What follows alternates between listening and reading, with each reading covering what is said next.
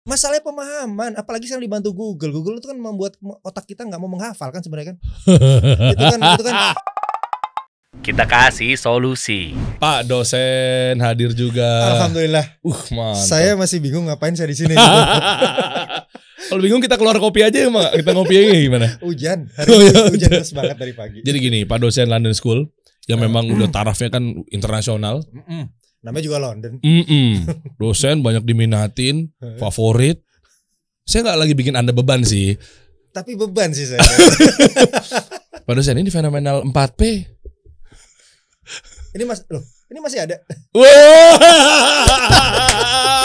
Saya suka kayak Anda Pak dosen. Ini masih ada gitu loh. Jadi masih ada. Yakin masih ada ini? Loh, kalau tanya ada enggak ada. Cuma masalahnya kan pertanyaan selanjutnya kan relevan atau enggak?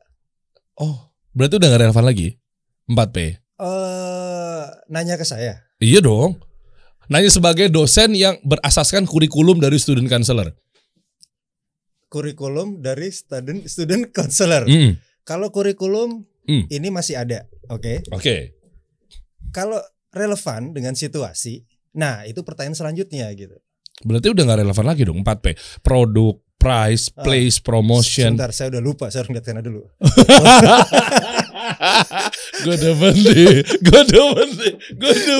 Saya harus lihat sana dulu. Kan gitu. sekarang kan harus pakai marketing mix di kampus. Iya. Oke. 4P.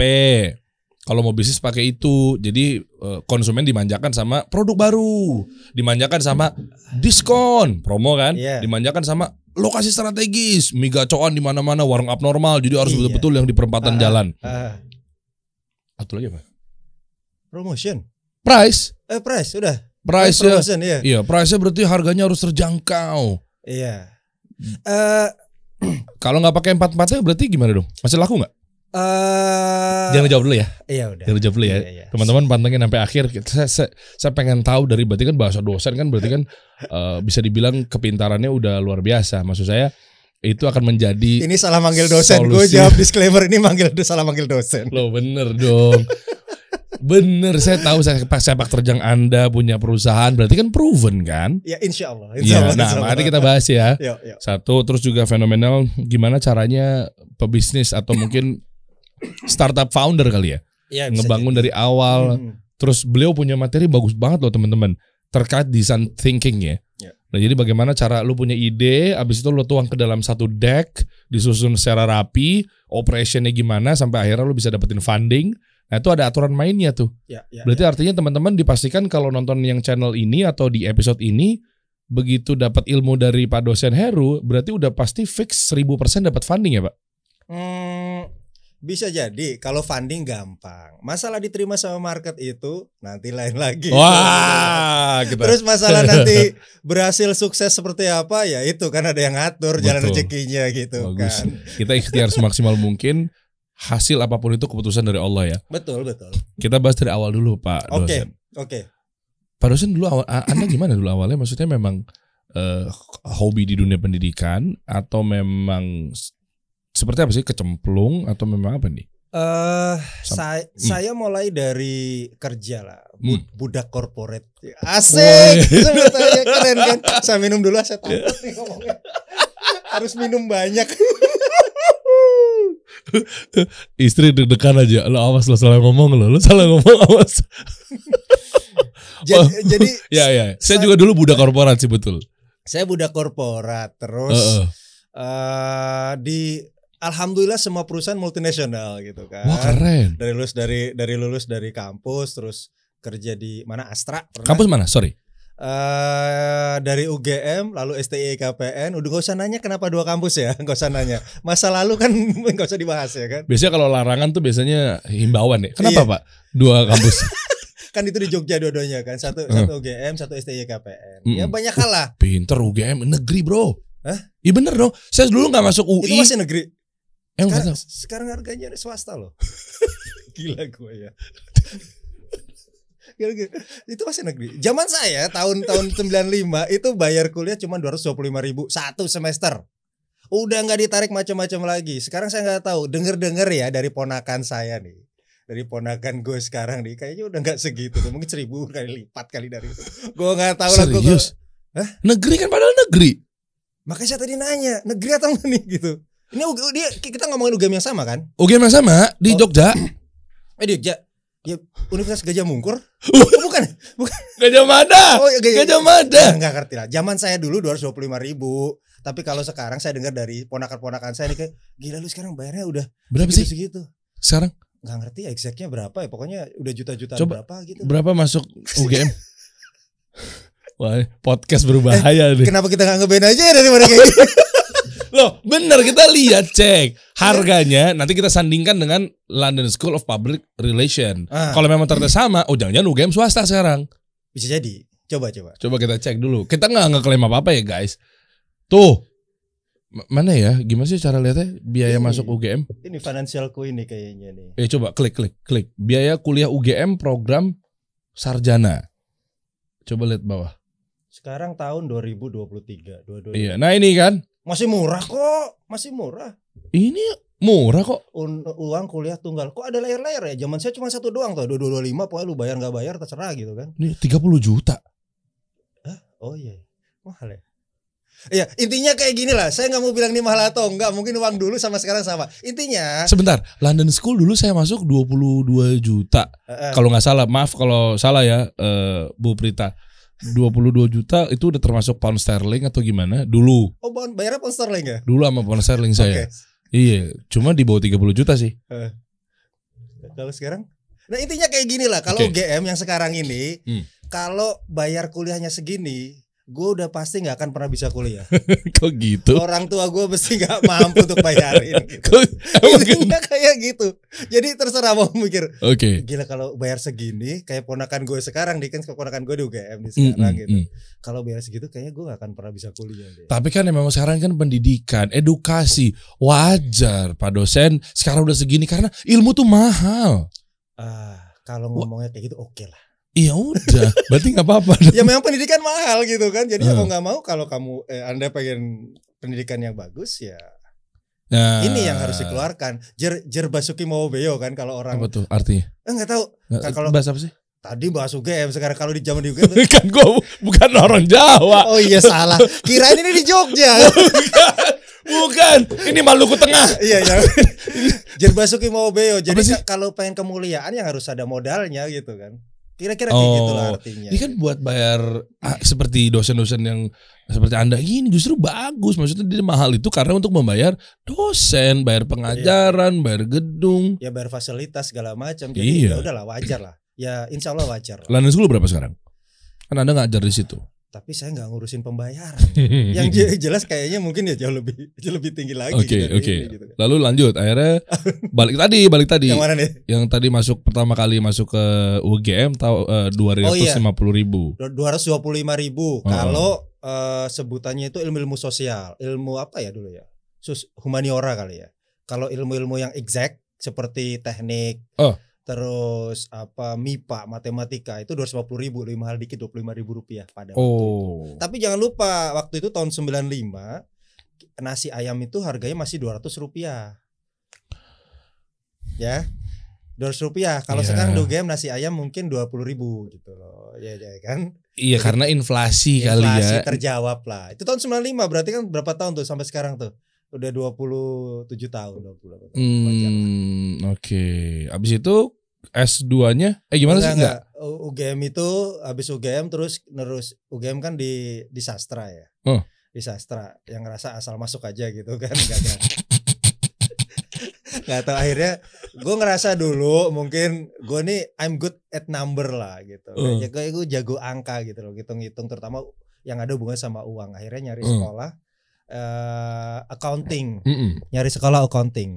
Nah waktu itu ada sekolah accounting yang mau nerima bisa ditransfer mata kuliah dasar umumnya kali itu namanya STIE, Sekolah Tinggi Ilmu Ekonomi YKPN di Jogja. Waktu itu sekolah dianggap sekolah yang dikonsider paling bergengsi lah. Kalau sekarang mungkin kalau di Jakarta ya model-model yang di Karawaci sana gitu. Model-model kayak gitu lah, keren.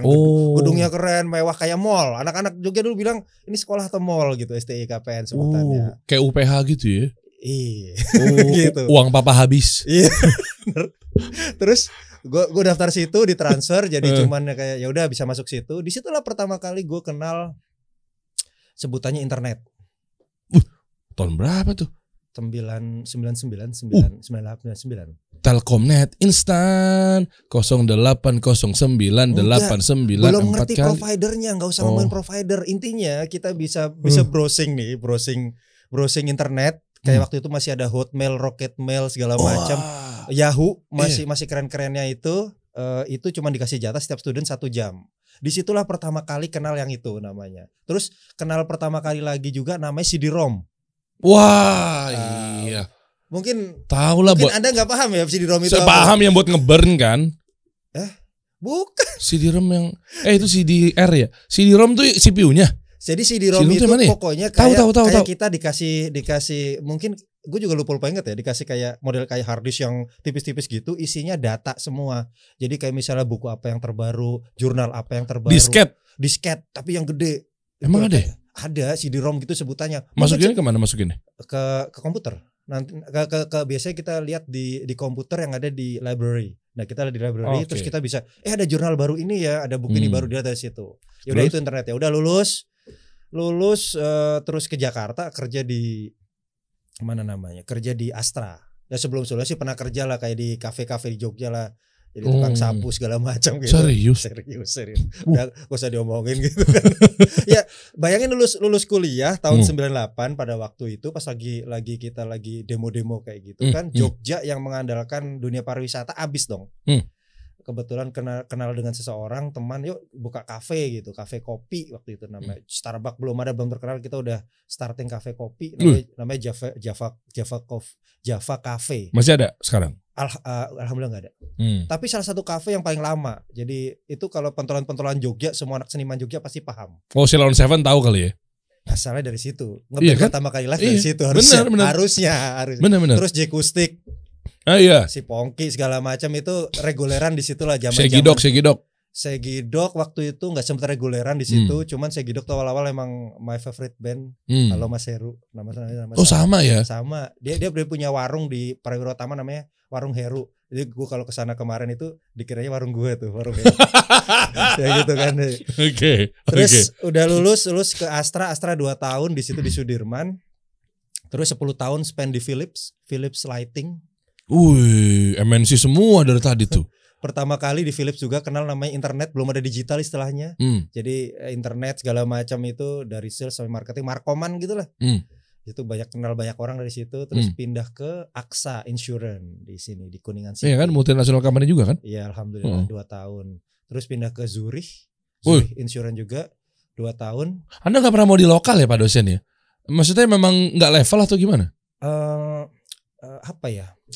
Nggak tahu ya, alhamdulillah ya. Itu jawaban yang diplomatis. Sangat normatif sekali ya. Masa gue bilang gue nggak suka rupiah gitu. Bilang aja Pak, kenapa? Nggak apa? Mungkin mereka secara penilaian kinerja dan rezeki gue di situ gitu. Pas waktu di Zurich udah mulai bikin company sendiri PH itu namanya Timberpeaks. Oh gitu. Itu 19.000 followers tuh. Gede banget. Berarti memang ilmunya harus kita contek nih guys. Berat ya. Jadi bener kan? Bener. Jadi bikin perusahaan-perusahaan kayak gitu yang darinya PH, post production segala macam gabung sama teman-teman lah bertiga. Yang akhirnya nah ini tuh Timberpeaks. Timberpeaks. Ya Timberpeaks ini Terus udah ya alhamdulillah waktu itu masih terima kerjaan yang dari agensi kreatif. Oke. Lama-lama kita udahlah gue nggak mau terima dari agensi. Gila ya statement gue. Kenapa emang? Ntar nggak diundang lagi loh sama agensi lo? Agensi ya udah. Kenapa? TOP bayar payment tempo? Lebih pada komunikasi sih kayaknya. Jadi subkonnya agensi? Iya kan biasanya kalau PH kan kayak gitu kan, dapat job dari agensi. Ya kalau langsung misalnya dari klien terus turun ke agensi, turun ke kita masih enak tuh. Gap of brief, gap of kreatif masih aman. Terus? Tapi pernah gue terima tuh kayak kerjaan yang udah layar ke 6 atau ke 7 gitu. Jadi dari klien ke agensi yang A, ke agensi B, terus baru ke kita nih. Bayangin gapnya. Gapnya selain komunikasi, uangnya juga tipis dong. bukan tipis lagi, udah nggak tipis banget, udah nggak ada sisa gitu. Gue pernah. Iya kan masih gitu kan. Aduh, udah parah banget ya. Parah. Nah makanya waktu itu kita niat lah ya. Gimana ya kalau kita apa namanya? Ini emang ada airnya? Tadi gue ngapain minum di bawah? Dikata nih acara OVJ apa ya? Semua properti semua. Kirain gimmick tadi. Enggak ada air dong. Ada air dari narasumber ke-12 ya? Tapi ini sekarang sih udah 5. Ini bekasnya narasumber keren. Wih, gila, bangga gue. Wow. Masya Allah, panis buat minum. Dan gak sempat dicuci kan? Cuci dong. Siapa tahu gue jadi gubernur ya. Cuci dong, cuci. Ya kan, nah. Jadi silakan kalau mau minum nggak apa-apa. Iya. Ya jadi apa namanya? Kita akhirnya sepakat untuk gimana kalau kita langsung ke klien gitu. Oke. Karena kan tadi saya spend 17 tahun jadi budak corporate di dunia markom, tahu lah keinginan klien tuh apa sih, insight-nya klien tuh apa sih, mereka yang harapin apa, mereka pengen seperti apa, supaya nggak deliverable-nya nggak gap. Akhirnya udahlah kita langsung ke klien. Susah banget. Mereka udah punya pegangan tender juga. Yes, kita udah terbiasa juga, PH ini terbiasa dapat dari agensi yang besar-besar, yang segala macam gitu. Akhirnya susah. Tapi ya ikhtiar satu akhirnya sekarang mungkin hampir 100% kali kita langsung direct klien gitu. Wih. Alhamdulillah gitulah. Terus hubungannya tiba-tiba jadi dosen gimana caranya? Kan biasanya orang jadi dosen dulu baru punya usaha. Ini punya usaha dulu baru jadi dosen. Maksudnya ngapain? Udah anak-anak usaha kok jadi dosen? Ngapain kuliah tinggi-tinggi jadi dosen? Emang kenapa kalau dosen? Rame lagi nih. Rame lagi dipancing. Enggak, kalau dosen gue pernah deh kemarin waktu saya dapat kesempatan ini ketemu guru satu waktu ke Tanah Suci, alhamdulillah kemarin. Wow, Masya Allah. Tahun kemarin itu alhamdulillah. Ketemu gurunya juga ini ustadz yang apa ya, brong ya, open minded lah saya bilang gitu. Ustadz yang open minded banget, jadi bahasanya asik gitu. Dia bilang, lu ngapain jadi dosen gitu kan? Bilang gitu. Emang kenapa Pak? Dosen itu kan bukunya sak dos, gajinya sak sen. Maksudnya apa? Bukunya berkardus-kardus, gajinya cuma sesen. Gila, gue digebukin. Parah. Pak Ustadz yang di sana. Bu dosen, emang Anda bu dosen? Anda manggil istrinya, Anda bu dosen juga bukan? Bukan. Oh, enggak juga ya. Ibu aja. Ibu. Kalau memang abis ini masa pengajarannya di London School di off, nggak apa-apa ya. Jangan, itu hilang kebahagiaan saya, kebahagiaan terbesar saya. Gitu. Oh, justru itu. Iya, jadi kalau tadi kenapa? Jadi Pak Ustadz tadi kan bilang tuh bukunya sak dos, gajinya sak sen gitu. Ya terus, tapi kembali lagi bilang gitu kan. Lu ngapain sih mau ngajar di sini, Sen? Dengan artinya 17 tahun udah kerja di budak corporate, alhamdulillah punya perusahaan yang juga udah bisa ngasih apa namanya kehidupan, nggak cuma buat saya tapi buat beberapa orang di sekitar saya, itu kan udah cukup aman gitu. Mungkin waktu itu awalnya mungkin saya suka ngomong kali ya gitu kan. Makanya waktu kemarin pandemi kan sempat bikin podcastan dengan level yang lebih jauh dari inilah ya. Kastanya lebih jauh Enggak. Terus apa serius? Iya, karena senang berbagi aja gitu kan dengan ilmu yang saya punya. Kebanyakan isi gitu loh kepalanya gitu kan. Terus makanya berbagi di situ. Terus saya ngelamar tuh dosen. Ngelamarnya asik lagi lewat Facebook. Emang bisa begitu? Enggak. Terus gara-gara saking pengennya ya lamar, buka Facebook ternyata di Facebook itu ada grup-grup ya. Saya kan Facebook sebagai kayak apa sosial media yang udah mulai saya tinggalkan kan. Jadi sekarang mulai ke TikTok ya? Enggak, IG. TikTok gue belum sampai hati. TikTok live? Tiap hari kirain Pak dosen live jualan buku matematika. TikTok saya nggak tahu, nggak paham itu caranya gimana. Sekarang lagi zaman TikTok live jualan keranjang kuning gitu. Iya. Tim saya yang handle TikTok buat perusahaan-perusahaan itu kan. Makanya saya bilang ternyata ada grup lowongan dosen gitu. Muncullah si ini London School of Public Relations. Tahu sebelum itu apa? LSPR. Sempet dengar. Ya serius ya. Soalnya kan dulu kan kantor di Sudirman, jadi sering. Dulu itu kan satu kantor sama TV7 ya zaman itu. Iya betul, di Wisma Dharmalanya. Betul. Dulu itu salah satu klien saya waktu saya di Astra. Jadi TV7 itu sempat rental mobil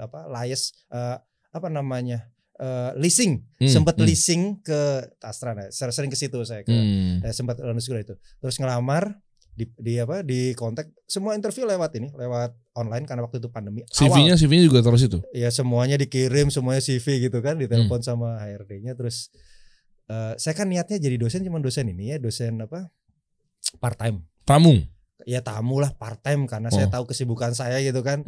Dan saya cuma pengen berbagi, insya Allah niatnya kayak gitu kan. Oke. Suatu ketika di interview sama salah satu petinggi di sana, terus tawarin, gimana kalau Bapak jadi dosen tetap, saya daftarin jadi NIDN dengan itu. Wah, tapi saya nggak bisa ini Pak, nggak bisa waktunya, nggak bisa. Udah pokoknya saya daftarin. Pokoknya nanti ikhtiar aja, Bismillah gitu. Ya udahlah, saya terima. Singkat cerita, saya nggak usah cerita detailnya seperti apa. Ya ini saya sekarang jadi dosen, punya NIDN lagi, nomor induk dosen nasional. Masya Allah. Itu achievement banget buat saya sih. Gila. Tapi gaji gede nggak? Nggak serius. Gaji gede dosen. Kan ini mematahkan stigma bahwa jadi dosen mau jadi apa? Kan gitu kan. Ngapain mau jadi dosen? Nah tadi kan udah omongan yang tadi katanya bilang ustadznya mengatakan. Lihat-lihat mata saya kayak gini, saya mencari cara untuk lari gitu. Nggak, kalau nanya gaji gede atau enggak, jelas jauh lebih gede pas saya misalnya kerja di perusahaan.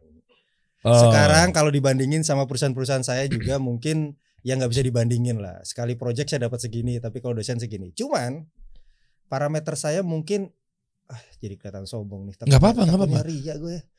Minimal nggak apa-apa deh. Ya minimal. Nggak bukan. Nanti abis ini kita sholat ini sholat taubat ya.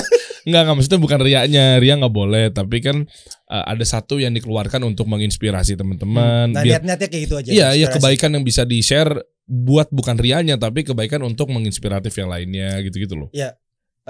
Niatnya saya jadi dosen nggak cari uang. Insya Allah.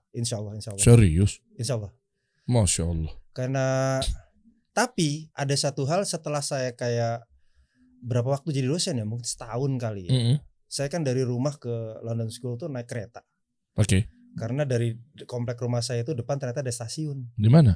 Di Kalibata. Jadi Pasar Minggu Baru. Ya. Itu juga rezeki yang dulu saya kufurkan itu. Anda ada stasiun kereta di depan rumah 200 meter, tapi Anda kemana-mana naik mobil pribadi. Wah. Itu juga saya kayak ditampar sama salah satu kenalan saya lah. Itu loh, gunakan itu loh. Stasiun kereta itu. Iya Masya Allah, cuma 200 meter saya hitung kan. Akhirnya saya naik kereta, KRL sekarang alhamdulillah, terima kasih Pak Yonan. Oh iya, ya? Ignatius Yonan. Iya, terima kasih Pak. Itu benar-benar sekarang rezeki yang saya syukurin banget. Waktunya udah tepat, bisa dicek dari dari aplikasi segala macam, tahu kereta di mana, udah benar-benar kayak kereta kita, KRL kita itu lebih bagus dari London, lebih bagus dari New York. Apalagi Paris, udah itu. Jadi kalau orang yang bilang keretanya enggak, lu tuh cuma nonton di film gitu loh. Itu aktualnya lebih bagus dari sana. Kalau di terakhir di mana? Di London gitu misalnya, yang jalurnya metropolitan yang tengah kota itu, di tube itu kan. Maaf ya, itu bau kencing dogi gitu loh. Waduh. Di mana lagi, di sini tuh bener-bener bersih, dipel, kalau sampai Bogor dipel gitu kan, dipel terus setiap perjalanan gitu. Nah, naik kereta, turun di karet, terus habis itu jalan kaki kan cuman kayak 500 meter ke kampus. Kampus B apa C? BC dulunya. B itu berarti Masscom sama advertising. Sekarang gue gak ngerti itu yang mana. C itu, ini angkatan tua dulu ya, bentar ya. Angkatan saya dulu ya. A-nya kan pertama kali masuk tuh, Introduction to PR, Introduction to Marketing, Masscom dan seterusnya. Kampus B di Sudirman Park itu, gue lupa ya, maaf kalau salah, Advertising sama Masscom. Kampus C itu PR sama Marketing, sama Performing Arts ya, gue lupa. Sekarang gimana posisinya? Masalahnya gue cuman ada schedule, ruang mana, gedung apa gitu. Gedung B berarti apa? Tapi saya banyak di C karena itu ada ruangan dosen. C yang kanan dong. Kalau dari mana nih? Dari depan karcis. Oh iya benar, kanan. Iya kan? Kan mentok kiri kanan kan? Betul kanan. Nah, itu. Kiri itu masih masih ada kafetaria itu? Yang apa itu ya tempat rokok itu kan? Iya. Ya, gitu-gitulah. Terus di setiap kali saya pulang ternyata saya tahu, saya kan ngajar dari pagi sampai malam kadang-kadang. Setiap kali saya naik kereta, saya itu bisa ketawa-ketawa loh. Kayak saya lagi dengerin musik ya. Saya nggak tahu, kayak kalau ngajar tuh capek banget karena mungkin memang benar kerja pakai otak tuh lebih capek ya dibandingin, mohon maaf ya, tanpa merikitkan dengan yang pure tenaga atau otot muscle gitu. Oke. Saya capek, terus terang saya jalan, tapi saya dengerin musik di AirPod saya gitu kan. Itu saya di kereta ketawa-ketawa loh. Saya baru sadar mungkin ini yang disebut orang sekarang bilang dopamin kali ya. Dopamin, your happiness your happiness apa namanya? Lu tuh jadi bahagia gitu loh. Ternyata yang saya baru temukan adalah kalau lu bisa ngasih suatu ilmu ke orang lain terus lihat student tuh kayaknya oh gitu ya, kalau di London School panggilnya sir ya. Yeah. Oh gitu ya sir. Terus tiba-tiba ada student tiba-tiba WhatsApp, sir tadi kok saya kurang paham ya yang A, B, C, D itu. Itu kayak gue langsung seneng gitu loh, kayak itu udah ngelebihin. Nah ini di tengah aktivitas saya yang mungkin 24/7 kali ya. Kalau ngurusin kerjaan gitu kan 24/7 tiba-tiba ada klien revisi atau menjadi dosen itu kayak sesuatu yang bener-bener udah mungkin bahasa sombong nih buat saya bilang gitu. Mungkin I'm done with myself kali ya. Ternyata tinggal gimana cara ngeliat orang growing gitu. Itu yang kayak aduh kok gue jadi cerita di tempat publik gitu. Oh ya gak apa-apa. Ini Lo gak apa-apa. Astagfirullahaladzim. Justru kita pengen tahu sisi lain di balik dosen tuh apa sih. Okay, oh ternyata betul-betul. Saya pribadi juga suka ngajar. Saya malah punya mimpi punya International Islamic Business School lah. Oh, di luar kan punya Harvard Business School. Masa kita kalah sih di Indonesia yang levelnya ya? Iya dong, ngajar nanti ya. Iya. Insya Allah saya punya mimpi itu karena saya demen ngajar juga, berbagi apa segala macam. Mudah-mudahan ya, cuma memang investasinya kan lumayan besar. Ada investor di sini mungkin mau ikut dengan saya? Ya wajib lah. Nah, nanti saya share ini kan banyak teman-teman investor. Iya. Itu ini Pak Sandiaga Uno kan pernah di sini Pak. Masa rela ada yang butuh investor? Terus dia baik gitu. Iya betul juga ya. Nah itu ya makanya jadi memang seru sih ngajar sih. Akhirnya seru. Terus bener-bener bahagia gitu loh. Mungkin apa namanya orang-orang my family itu bisa ngerasain itu semua. Mungkin tim yang terdekat dengan saya juga, tim yang setiap hari interaksi juga tahu deh. Gila kelihatan lebih seneng. Nah itu jadinya. Cuman ya memang yang susah tuh kan ikhlasnya ya. Kadang-kadang kita udah ngerasa untuk dapetin kebahagiaan, udah nggak mikir yang tadi yang masalah financial things dari sebagai seorang dosen gitu. Saya bersyukur punya privilege, saya nggak mikirin itu gitu kan. Tapi kadang-kadang ada aja juga challenge dari banyak orang lah. Lah terus lu ngapain lo? Naik kereta panas-panasan cuma dapat segitu. Nggak bisa dipungkiri kadang-kadang itu juga nyelekit itu di hati. Iya kan? Kayak pikir, iya ya ngapain gue? Tapi akhirnya ya Allah jangan ya Allah gue tuh kesini mau ngapain gitu kan. Kadang-kadang balik lagi gitu restart dari kayak gue kembali ke niat awal dan itu susah sampai sekarang masih susah. Tiba-tiba ntar ada apa lagi, tiba-tiba di kampus ada pressure apa gitu kan kayak lu tuh gitu kayak gitu. Nah gitu loh kadang-kadang. Cuman ya udahlah bismillah aja lah gitu lah. Cuma memang fenomenal di luar tuh kan ada yang bilang katanya dosen dihargain banget ya. Bukan berarti di London School dan sekitarnya yang lagi kita bahas ini adalah tidak dihargain ya. Bukan. Tapi maksudnya gapnya. Kita gak usah ngomongin kurs mata uang deh. Itu udah standar deh. Ya gue juga tahu kursnya aja beda gitu. Tapi maksudnya mengapresiasinya, menghargainya itu loh maksudnya. Gimana Pak dosen? Tadi yang membentuk salah satu kebahagiaan gue selain student itu juga institusinya sendiri sih buat gue terus terang. Di London School terutama karena gue ngajar di sini gitu. Gue diberikan kebebasan untuk terima kasih ya ibu-ibu bapak-bapak di sana yang menjadi dekan lah kaprodi itu memberikan kebebasan gue untuk contohnya nih bikin materi. Nah, materi yang sesuai dengan Anda banget deh gitu. Lu banget deh mau gimana gitu. Boleh ya? Tapi kan ada silabusnya. Silabus harus di-approve. Jadi kan urutannya kan silabus nih. Misalnya mata kuliah A gitu. Yang gue bikin itu design thinking for innovation gitu. Oke. Jadi dikasih ini silabus, ini referensi bukunya apa? Kan prosesnya kayak gitu. Kita bikin silabus dulu dari saya proposal, terus ada beberapa referensi buku, lalu nanti di approve sama akademik lah, sama dekan, sama kaprodi di approve. Oh iya kontennya bener-bener ini isinya kayak gini-gini supaya nggak terlalu jauh kan dari kan mereka juga punya kurikulum yang harus diikutin gitu kan. Setelah di approve, oke, baru saya develop dari situ. Develop materinya, nanti mereka juga approve lagi seperti itu. Setelah semuanya approve, baru itu boleh diajarkan. Prosesnya kayak gitu. Wow. Nah, cuman kan proses di sini kan, mohon maaf ya, saya nggak ini. Saya bandingin aja lah dari zaman saya kuliah lah ya. Saya dikasih materi yang kayak gini, yang istilahnya hafalan lah. Iya hafalan. Hafalan lah ya. Mungkin itu juga karena kita dijajah Belanda lah. Udah gue bilang aja gue dijajah Belanda itu salah. Gua saya menunggu Anda ngomong seperti itu, ternyata Anda keluar juga statement. Saya setuju. Oke. Kalau ya mungkin nggak usah bicara detail karena bukan ranah saya. Misalnya, saya iri loh dengan negara-negara sekitar yang dijajah sama Inggris gitu. Ya, clear kan? Dijajah Inggris kayaknya mereka lebih, wih gitu kan, lebih open mind, lebih gini. Gue diajar Belanda kayaknya dibikin memang mungkin dulu tuh kan di blok-blok di hierarkinya kan, level of hierarki di blok. Saya bukan ahli sejarah gitu, cuman ya pokoknya konco wingking seperti ini dulu gitu kan. Konco wingking apa sih? Orang belakang lah ceritanya, kan dulu kan Belanda tuh kan dibikin kasta, kasta kan, sebetulnya mungkin bukan di Jawa bukan kasta ya, tapi kayak hierarki lah. Kalau Om Dery nih apa namanya pangeran, saya misalnya anaknya tukang kuda, wah jangan harap saya bisa ketemu Om Dery sering-sering misalnya kayak gitu.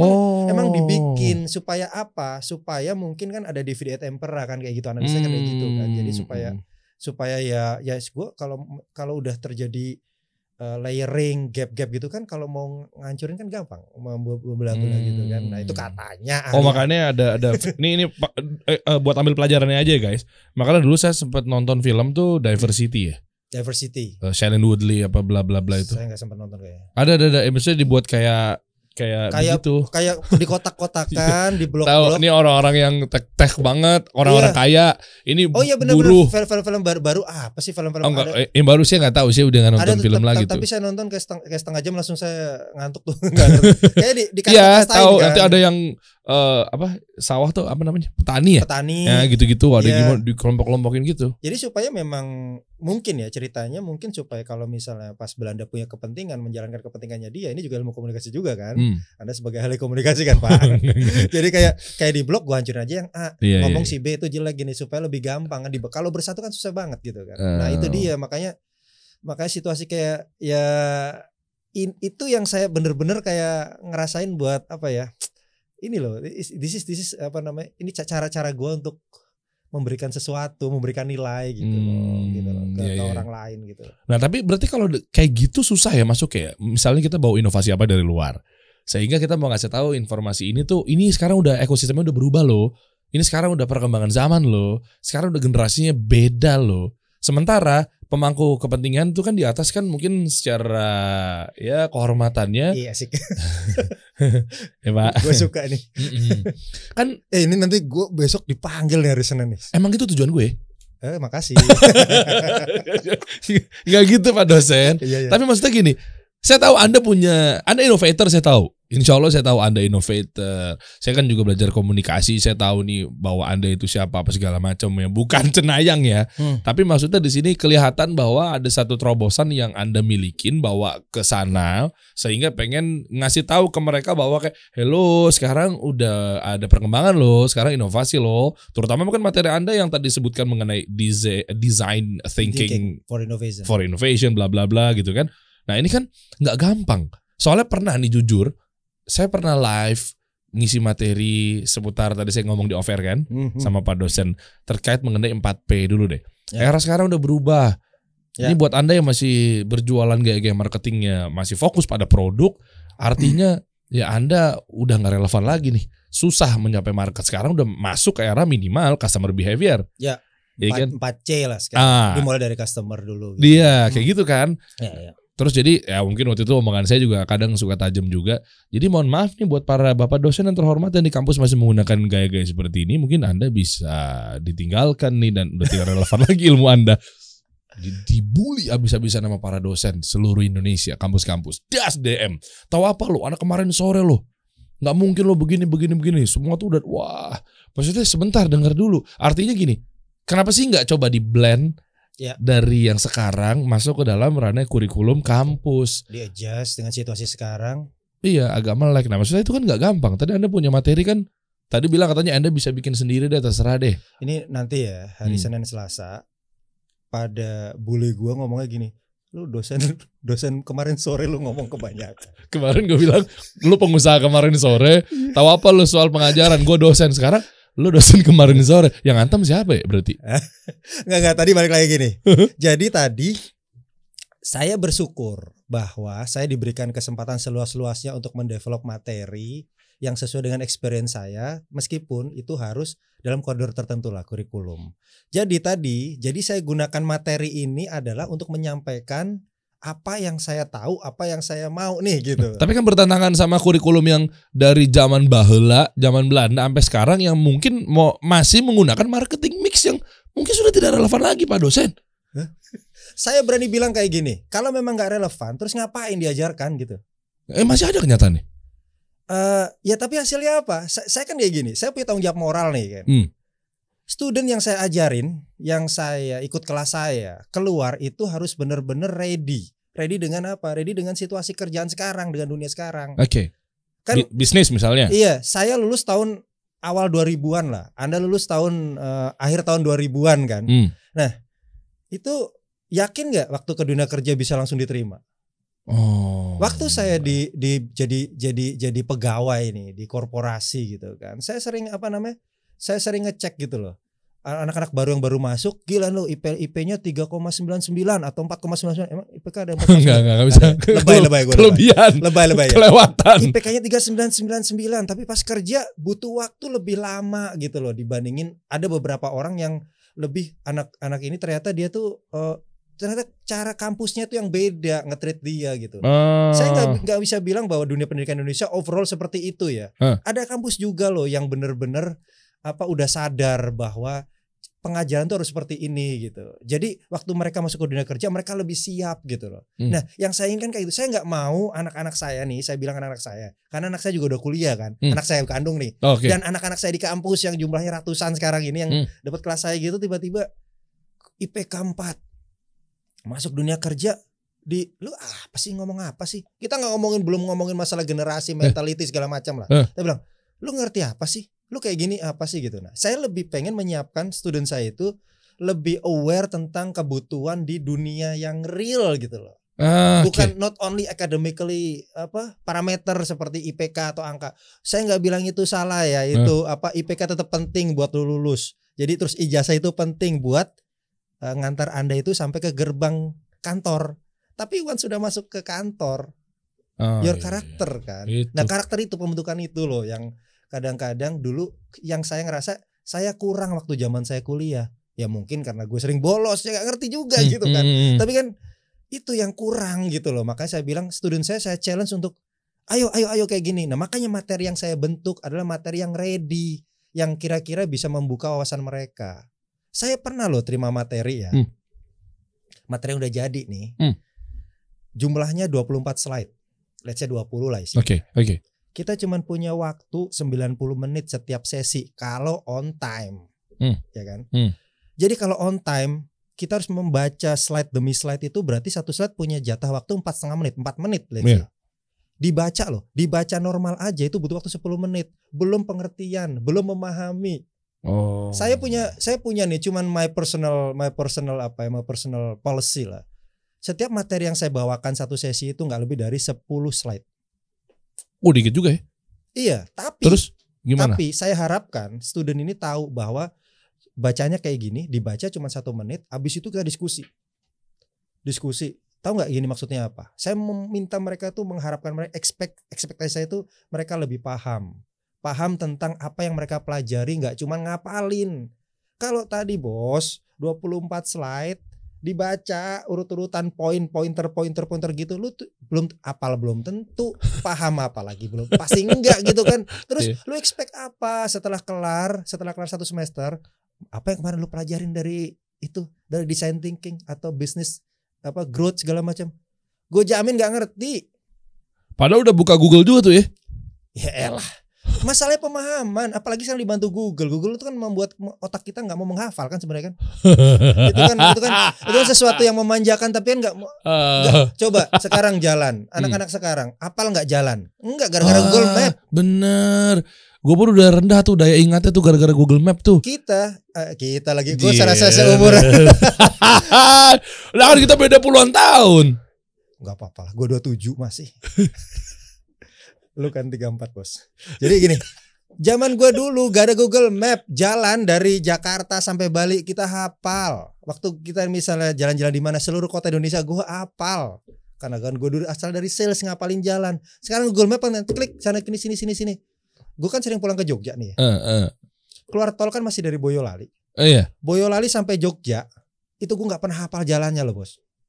Dan ternyata nggak cuma saya. Kemarin ada tuh namanya si Alit, halo Alit Sitlisius itu. Oh Alit ya. Dia kan anak Jogja banget ya. Dia ngomong, saya juga gak pernah hafal ya jalan. Karena ngandelin apa Google Map, Waze segala macam gitu lagi. Loh. Iya bener juga. Gila, cuma berarti ini terkuak dari Boyolali sampai Jogja, yang gue tuh anak motoran kemana-mana nggak pernah hafal gitu loh. Kan sedih kan. Gue ngerasa ya elah dulu perasaan. Iya. Santai aja gue gitu loh. Wah terkuak fakta dibalik. Bayangin kalau sekarang anak-anak yang muda-muda yang benar-benar nggak pernah kenal ngapalin jalan. Semuanya udah lahir udah klik apa road apa direction whatever. Dimanjain itu ya. Ya udah selesai. Otaknya juga nggak pernah jadi apa ngapalin gitu loh. Akhirnya saya tahu guys. Beliau mengatakan seperti ini, terkuak fakta kebohongan dibalik Google. Enggak gitu ya? Enggak. Ini nanti ngeri ya. dipotong loh. Ya kan gue cuma nanya, bener enggak? Enggak jadi gue yang takut gitu, gue yang ngomong. Oh berarti dia nggak bohong dong? Enggak. Oh. Makanya kayak sebenarnya itu tergantung kitanya kan. Itu kan teknologi itu kan ya orang bilang lah banyak lah guru-guru gue lah ya. Gue punya guru banyak lah, sebutin di lantai 8 ada Pak Hermawan. Oh iya. Di sana ada Pak Renat Kasali. Meskipun notnya mereka nggak pernah ngakuin gue jadi murid, intinya itu ya. Oh, oke. Kok bisa begitu? Ya kan gue cuma ngaku mereka satu arah jadi guru gue. Gitu. Lah emang bener sih. Belajar sama mereka kita ya. Iya. Oh iya. Terus kayak misalnya apa namanya teknologi kan pisau bermata dua. Ya tergantung kita mau jadinya apa. Nah kalau jadi enabler ya enak gitu, kita butuh. Buat apa? Buat supporting hidup kita ya enak gitu. Buat membuat hidup kita lebih baik. Tapi kalau kebalikannya jadi sesuatu yang memanjakan kita jadi malas. Secara mentality jadi nggak willing to explore more, untuk usaha lebih ya jadinya kayak kita itu gitu loh. Oke. Cuma agak berat ya berarti ya. Sekarang masuk ke ranah yang tadi mungkin kalau ditarik mundur lagi tadi mengenai dijajah sama Belanda. Mindset culture-nya begini. Jauh ya kita ngomongnya. Iya. Tapi maksudnya masuk ke ranah ke dosen-dosen yang memang udah senior. Gimana cara ngedukasi beliau-beliau yang terhormat itu ya? Saya memilih bahasa untuk tidak mengedukasi beliau-beliau. Cuman mempengaruhi saja sedikit demi sedikit. Ya. Di brainwash. Iya. Ya tapi kan nggak gampang rubah kurikulum. Nggak gampang. Iya. Karena contohnya waktu saya tadi salah satu subjek atau mata kuliah yang saya develop itu kan juga harus ada approval dari mereka kan. Kan biasanya kita ada tim teaching, tim pengajar kan. Kayak saya jadi subjek koordinatornya, berarti saya kan diskusi sama mereka gitu. Nah ya saya mencoba menyampaikan bahwa Pak situasinya kayak gini loh, Bu situasinya kayak gini loh. Apakah responnya selalu bagus? Belum tentu. Bahkan apakah direspon? Enggak, kadang-kadang gitu.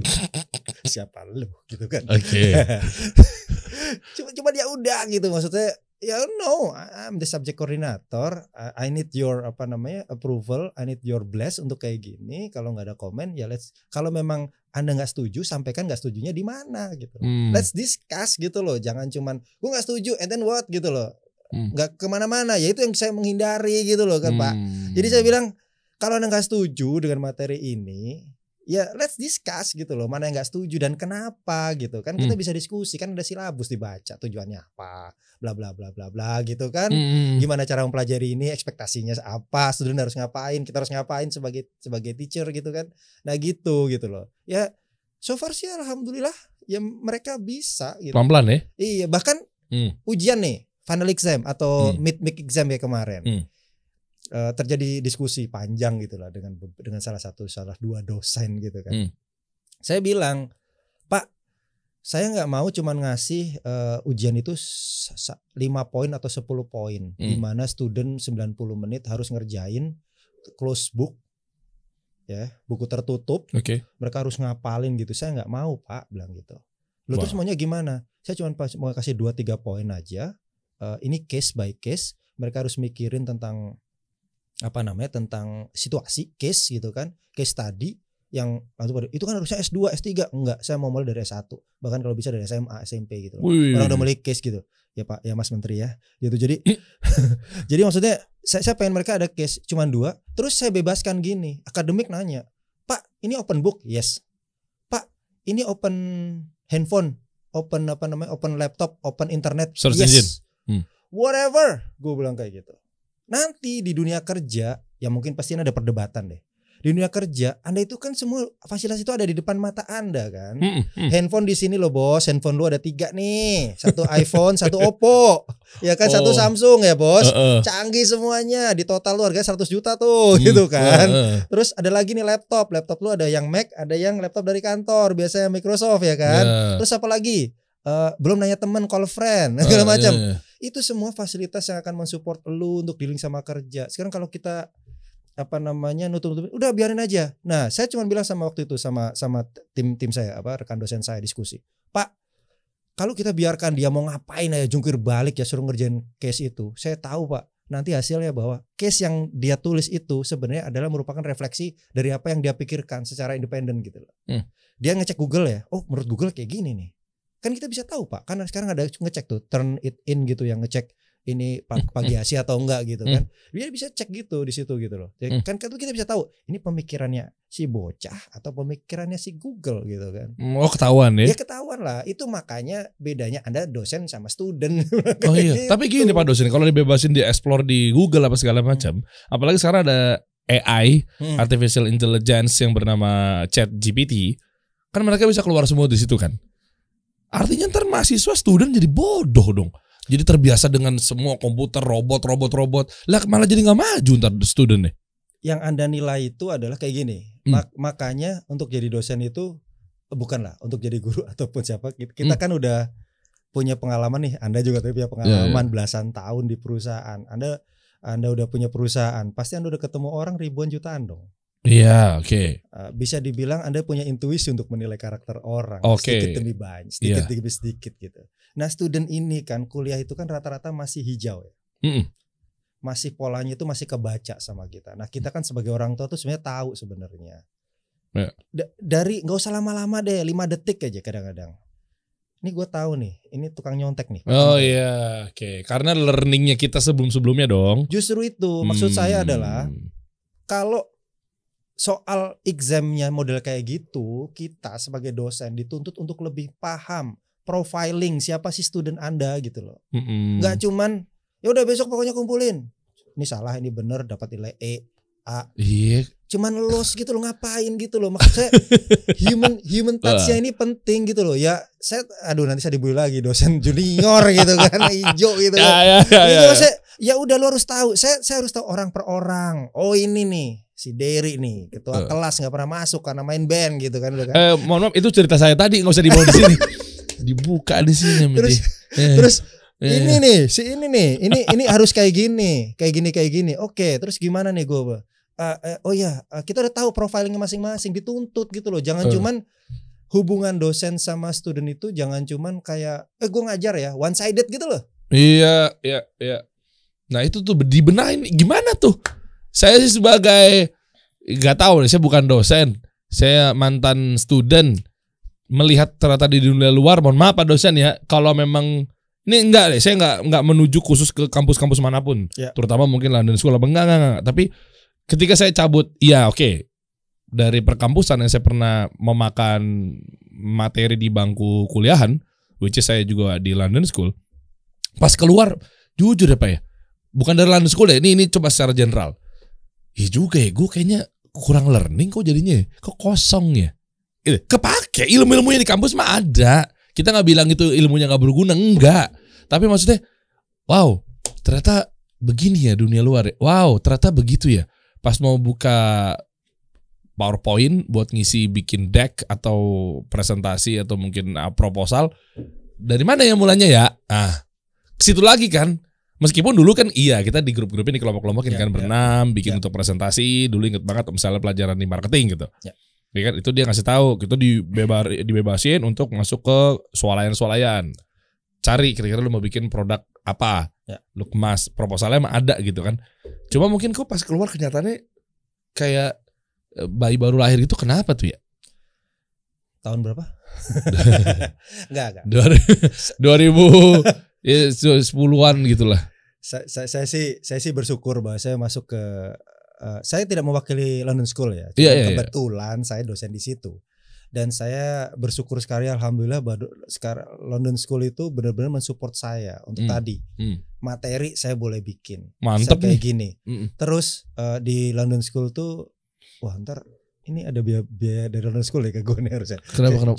Endorse. Ya, follower dikit lah. Kenapa? Jadi kayak misalnya sekarang di aktivitas apa namanya, kegiatan aktivitas mahasiswa ya, atau apa pusat kegiatan mahasiswa gitulah ya, UKM ya, unit kegiatan mahasiswa ya, itu udah benar-benar mulai mensupport bagaimana supaya student tuh ready. Seperti contohnya kalau tadi buat yang pengen jadi pengusaha itu entrepreneur gitu kan, kita ada inkubator. Terus kita dosen-dosen diwajibin untuk ngasih pembekalan segala macam. Itu sesuatu yang saya bilang ini loh, saya bilang kayak gitu. Ini loh yang harusnya kampus-kampus lain tuh punya gitu loh. Saya pernah belajar tadi, saya sebutin seorang profesor dari UI lah.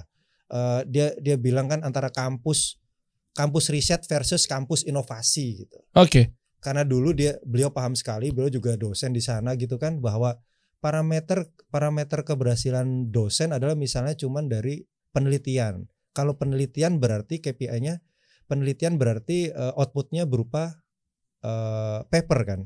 Nah, challenge-nya adalah sekarang bagaimana di-extend menjadi inovasi.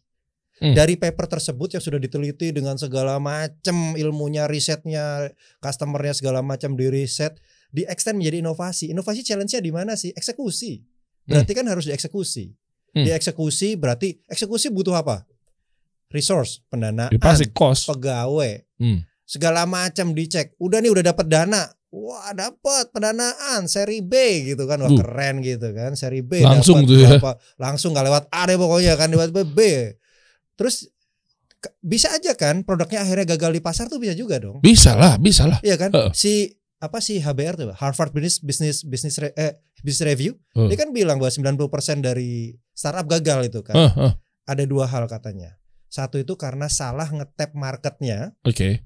Kedua, karena internalnya terlalu banyak orang yang sok tahu ngatur-ngatur, kepintaran, kecepetan gitu. Itu katanya si HBR loh, bukan saya gitu kan. Nah, makanya saya bilang di kampus saya nih, institusi saya ini, saya ngeliat sih arahnya udah ke situ gitu loh.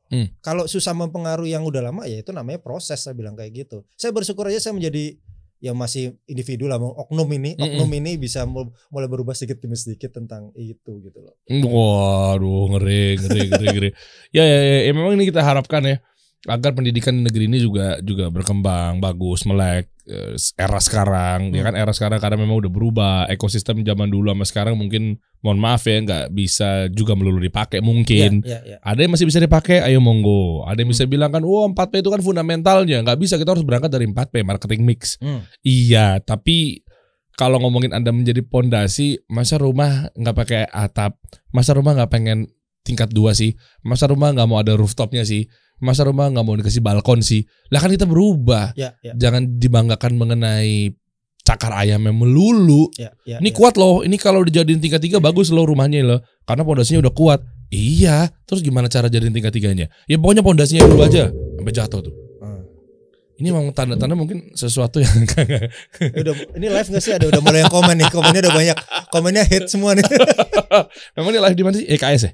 Ini joget habis ini ya kita. Ya kayak gitu kan. Iya. Nah, coba sekarang kita pengen tahu dulu nih. Kalau tadi udah kita mungkin ya nggak tahu lah, ini sebenarnya bukan kritisi, tapi ini kan kita memberikan satu masukan yang mungkin kita tahu ya. Tapi materi apa sebenarnya yang works yang dibawakan sama Anda di kampus mengenai bisnis startup tadi misalnya? Nah, coba kita mau tahu nih. Jangan-jangan mungkin udah gara-gara terdengarnya inovasi, ada kata innovation, di rektor, di dekan dan seterusnya udah alergi, khawatirnya begitu. Cuma gara-gara kata-kata itu. Oh sebentar, Anda mau berubah kurikulumnya. Jadi gitu kan. Nah coba deh, jangan-jangan coba denger dulu. Oh taunya, works juga ya, bener ya, nyambung sama era digitalisasi ya. Nah itu kan, coba kita bedah nih materinya. Ini kapan lagi nih gratis nih kita nih kuliah nih. Kemarin waktu pandemi itu kan satu kata yang tren banget ya, namanya agile. Oh agile ya. Gitu kan. Ada beberapa perusahaan saya juga yang sebenarnya harus tutup kemarin. IO lah beberapa. Karena ini IO paling terdampak gitu kan. Akhirnya tutup. Karena saya ngelihat dari tim saya yang di situ memang kurang agile, saya bisa bilang kayak gitu kesimpulannya. Terus ini kan sebenarnya dengan situasi sekarang kan orang dituntut untuk agile ya, untuk lebih open mind gitu, saya bilang kayak gitu.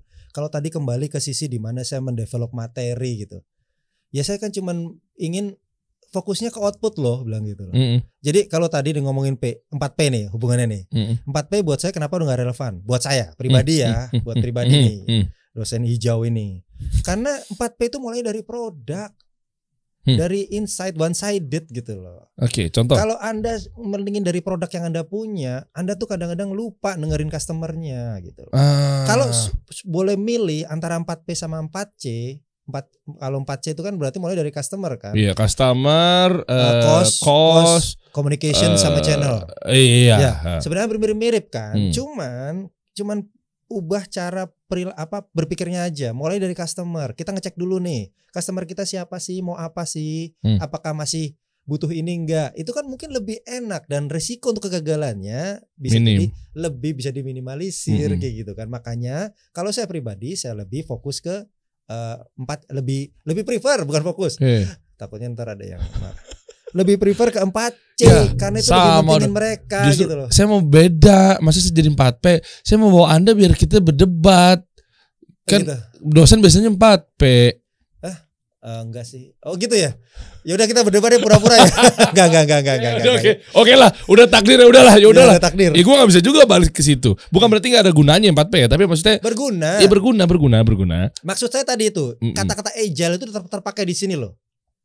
Pada masa katakanlah saya waktu masih kuliah atau awal-awal saya tadi saya bekerja di Java Cafe, 4P masih penting tuh. Produknya apa? Tadi kopi, Starbucks belum ada.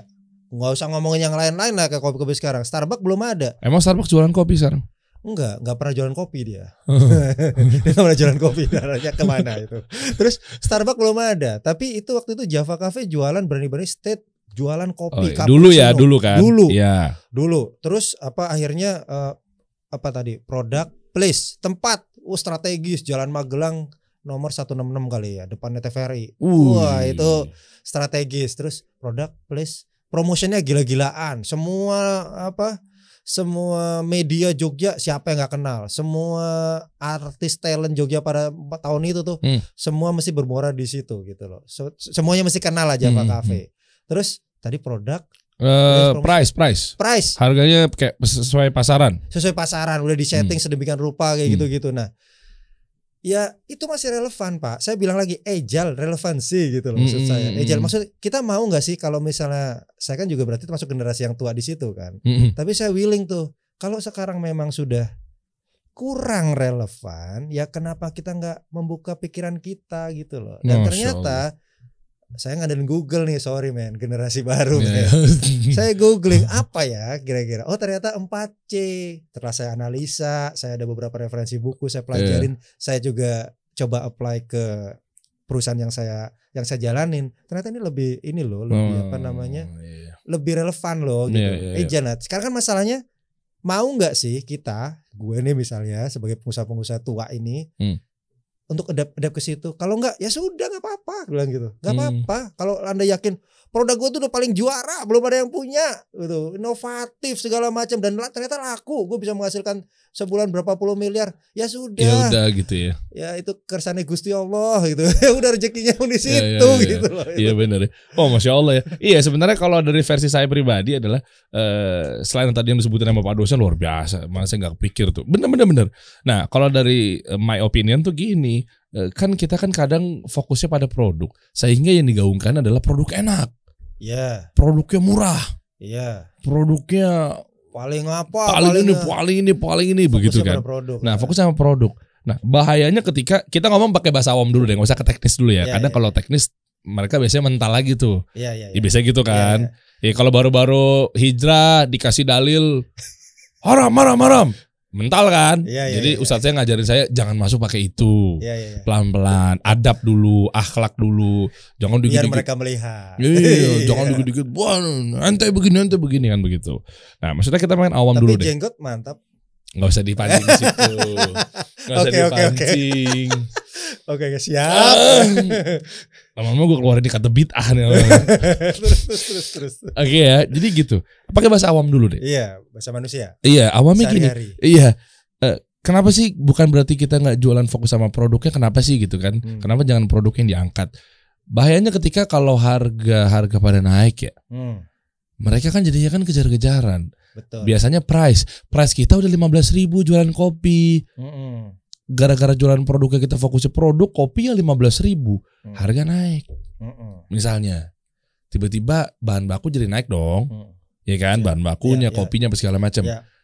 Terus tiba-tiba mindsetnya produk, ya ini nggak mungkin kita jual 30.000, nggak mungkin kita jual 20.000, karena promo kita produknya enak, kopinya terbaik. Biasanya dikasih harga segini, nggak pakai pola yang lain ya, nggak pakai ngecek dari customer behavior atau naikin value dari customernya. Panik nggak sih, Pak dosen? Panik kan? Panik. Gara-gara, aduh nggak mungkin naikin harga ya sudahlah, ngeluh tutup. Coffee shopnya kan itu yang jadi permasalahan kan.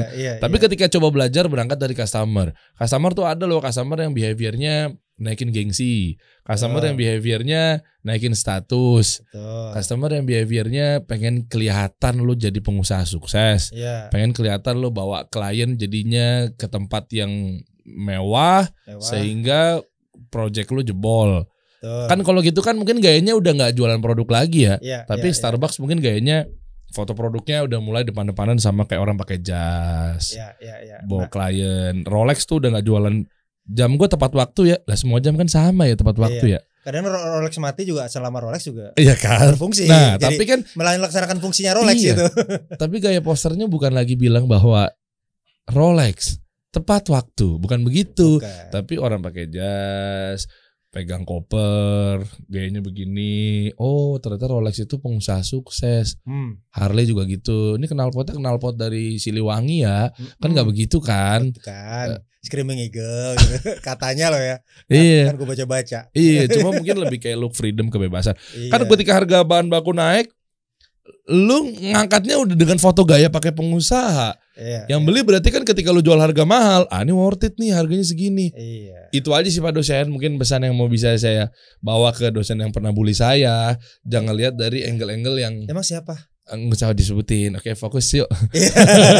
Enggak benar, sebenarnya kan tinggal kitanya nih cara pandangnya mau lebih open enggak, mau lebih fleksibel enggak, dan ngomongin mau lebih dinamis enggak. Semuanya bermuara kemana sih dengan situasi sekarang kok yang jelas berubah gitu. Kebutuhan customer berubah, situasi dunia berubah, setelah pandemi semuanya berubah gitu loh. Kalau masih produk-produk gitu-gitu doang ya maaf gitu loh. Bukan berarti gagal semua ya, bisa dibilang loh. Ada juga loh 1-2 produk yang masih 4P dan fokus pada produknya dan mereka berhasil. Ya udah itu beda cerita lah gitu. Exception. Cuman kalau kita mau minimalisir risiko gagal, nah itu tadi. Dan UMKM kan pengen kan jual harga lebih mahal kan. Betul. Nah buktinya memang bisa dan nggak mungkin harga jual lebih mahal. Lah kalau gitu antara janji jiwa sama Starbucks bangkrut dong. Janji jual 15.000, 20.000, Starbucks jual 60.000. Nah berarti kan jangan-jangan ada sesuatu yang dirubah nih dengan penetrasi ke customernya. Bisa jadi mungkin dia terbiasa dengan yang mungkin yang kopi yang lainnya ya 20.000, tapi gara-gara bilang ini adalah kopinya terbaik, kopinya murni asli Indonesia, kopi Nusantara. Tapi sementara di seberang udah nggak ngangkat itunya. Tapi ngangkat tentang tadi yang saya bilang statusnya naik. Hal-hal di luar itu. Iya kan jadinya kan bisa jual 60.000. Nah kalau gitu caranya kan enak, jadi nggak perlu lagi lu jual harga tipis-tipis, margin tipis. Kan kita pengennya kan kaya raya ya. Ya terserah sih kalau memang alhamdulillah lu ngambil untung 2.000 udah pas dan menurut lu kehidupan sehari-hari tercover, iya pilihan Anda sih. Tapi tadi saya sih pengennya kaya. Amin. Tadi saya jadi inget tuh salah satu kantor saya yang bikin produk gitu kan. Adalah saya nggak sebutin gitu, nanti saya dibully. Sekarang terjebak pada permainan harga. Salahnya adalah dia market leader yang udah puluhan tahun, 125 tahun ada di Indonesia gitu. Dan dia terjebak pada permainan harga. Akhirnya ya udah, padahal produknya canggih gitu. Udah punya brand value-nya udah tinggi gitu. Tapi tetap aja karena terjebak pada permainan harga, ya akhirnya di situ-situ terus tuh. Jadi saat dia murah, saat dia turun, penjualannya naik, saat dia ini ya biasa aja gitu. Itu tadi kan. Coba lihat 4P-nya. Nah ini kan, ada produk, place, price, promotion.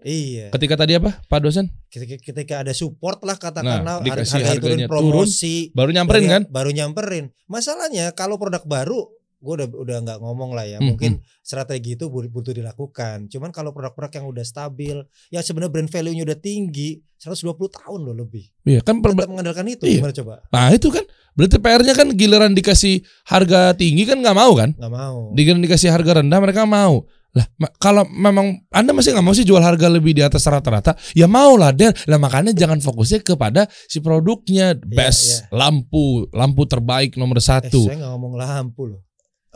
Tadi kan Anda bilang katanya pernah di perusahaan yang lama di situ, Philip kan? Kan saya 4 perusahaan saya. Oh, bukan Philip. Ya nggak tahu.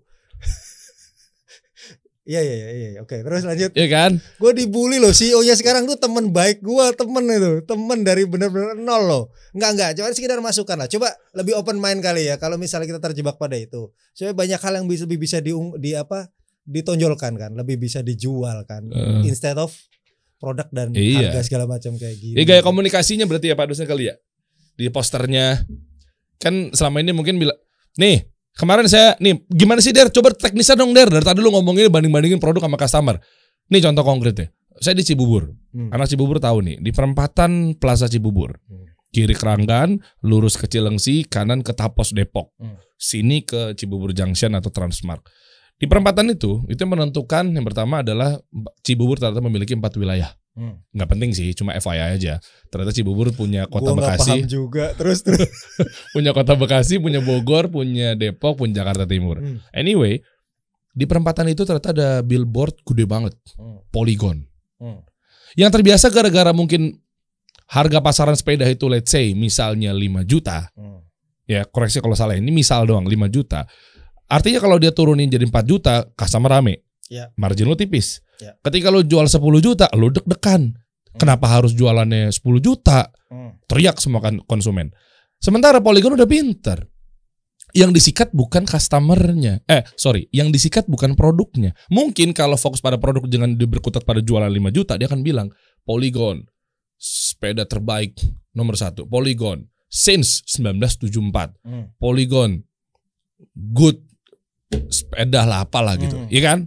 Fokusnya begitu kan, bannya dari ban pilihan, itulah atau nggak mungkin bahkan Polygon sepeda, misalnya apa? Ya udah 5 juta. Iya. Tapi ketika kita ngelihat satu billboard yang kemarin gue lihat dan gue sempat mau fotoin itu adalah, ini Polygon nih, ini ada orang sebelah kanan lagi naik sepeda, di sini tanpa pikir BBM naik, kan beda ya? Beda.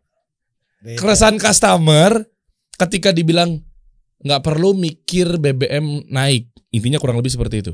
Kan beda ya, orang jadi sentuh daripada gue beli, sentuh ke hatinya. Daripada gue beli motor Vario 20 juta, berarti begitu dicek harganya sepeda 10 juta, worth it. Kan gitu kan maksudnya kan, kita berkampanye yang berdarah-darah saya rela dibully kemarin kan. Iya. Curcol banget. Terus tiba-tiba Polygon Anda jual 10 juta, ini biasa 5 juta. Nggak perlu pikir BBM naik. Kan begitu yang tadi mindsetnya, gue beli mobil aja kali ya. Atau gue beli motor aja kali ya, NMAX. 30 juta, 40 juta. Pas ngeliatin ke sepeda 10 juta. Deng! Ini start from lo ya, belum dihias dengan narasi-narasi yang lainnya ya. Nah itu loh maksudnya, berangkat dari keresahan customer, bukan dari produk yang Anda banggakan. Jagonya ayam, itu terserah sih. Kayak ada manis-manis ya monggo. Tapi cek dulu deh, mereka udah established kan. Biasanya mereka mengukurnya gitu Pak dosen. Ini curhatan saya, mungkin Anda bisa langsung. Tapi itu tadi contohnya jagonya ayam sama ada manis-manisnya cukup berhasil sih. Saya bilang itu exception kali ya. Iya, itu kan ketika diukur dari berapa puluh tahun. Saya bisa jawab juga sih kalau versi saya kenapa dia cukup berhasil. Betul. Saya bisa bilang, ya udah kalau gitu gue pakai itu aja, kenapa nggak boleh? Dia positioningnya kuat. Iya. Fokus di ayam. Nah, sekarang kan mungkin kan warteg-warteg menyediakan soto, ayam, ini. Ya Anda mau dikenal sebagai apa? Kan saingannya banyak. Iya. Kalau dia kan fokusnya di ayam, fokusnya di air minum, gitu-gitulah. Iya. Ya, mungkin dosen lebih paham. Cuman sekarang apakah pertanyaannya Pak UKM kita udah siap nih untuk beralih dari? Saya kan cuma menyampaikan tugas Anda. Saya lepas tangan. Anda coba dong pikirkan Pak dosen. Ya kembali lagi sebenarnya kalau menurut saya sih ya lepas tangan gitu gue. Tadi kan saya sempat nyebutin tuh Harvard Business Review bilang salah satu yang ada dua kan yang menyebabkan banyak 90% lebih startup atau gagal gitu kan. Salah satunya kan karena orangnya kan. Orangnya terlalu banyak decision atau bahkan nggak bikin decision jadi indecisif gitu kan. Nah kembali lagi nih, kalau kita mau merubah, jangan cuma fokus pada produk. Tadi bilangin 4P, sekarang ke 4C, lebih ke arah customer. Ya kan owner-ownernya ini dong, founder-foundernya ini dong yang harus berubah. Dimulai dari siapa sih? Dari dia dulu dong. Ya kalau saya pegawai saya nggak bisa ngomong apa-apa Pak. Nanti yang nonton ini juga misalnya level manager bukan founder. Oke Pak, saya punya ini Pak, proposal saya Pak. Besok kita ganti gini gitu kan. Maka saya bilang nanti kalau Anda manajer atau pegawai kasihkan ini ke foundernya gitu loh. Biar dia yang menentukan gitu, biar Pak it's about time loh Pak gitu loh. It's about time Anda tuh udah mulai mikirin customernya dulu gitu loh. Customer dulu yang dipikirin gitu loh. Ya produk tetap penting ya. Kan tadi ada tuh Ya produk ngikut kan. Produk ngikut. Bukan berarti produknya asal-asalan. Bukan berarti produknya asal-asalan terus kita asal-asalan cuman komunikasi keluarnya ngikutin customer banget gitu. Bisa jadi kalau hitungannya nggak pas ya kita rugi juga kan. Cuman ini salah satu 4P ini penting gitu loh. Tapi 4C ini mungkin jadi bisa di mix, nama juga marketing mix. Kalau tadi saya bilang ya udah 4P plus 4C nih, mana dulu nih? Kita mix aja jadi P plus C itu apa nggak tahu, jadi R atau apa ya udah let's say gitu. Betul. Ya makanya kan kadang kalau saya bilang produk ini kan harusnya rukun syarat sah sebuah produk. Jangan di campaignin.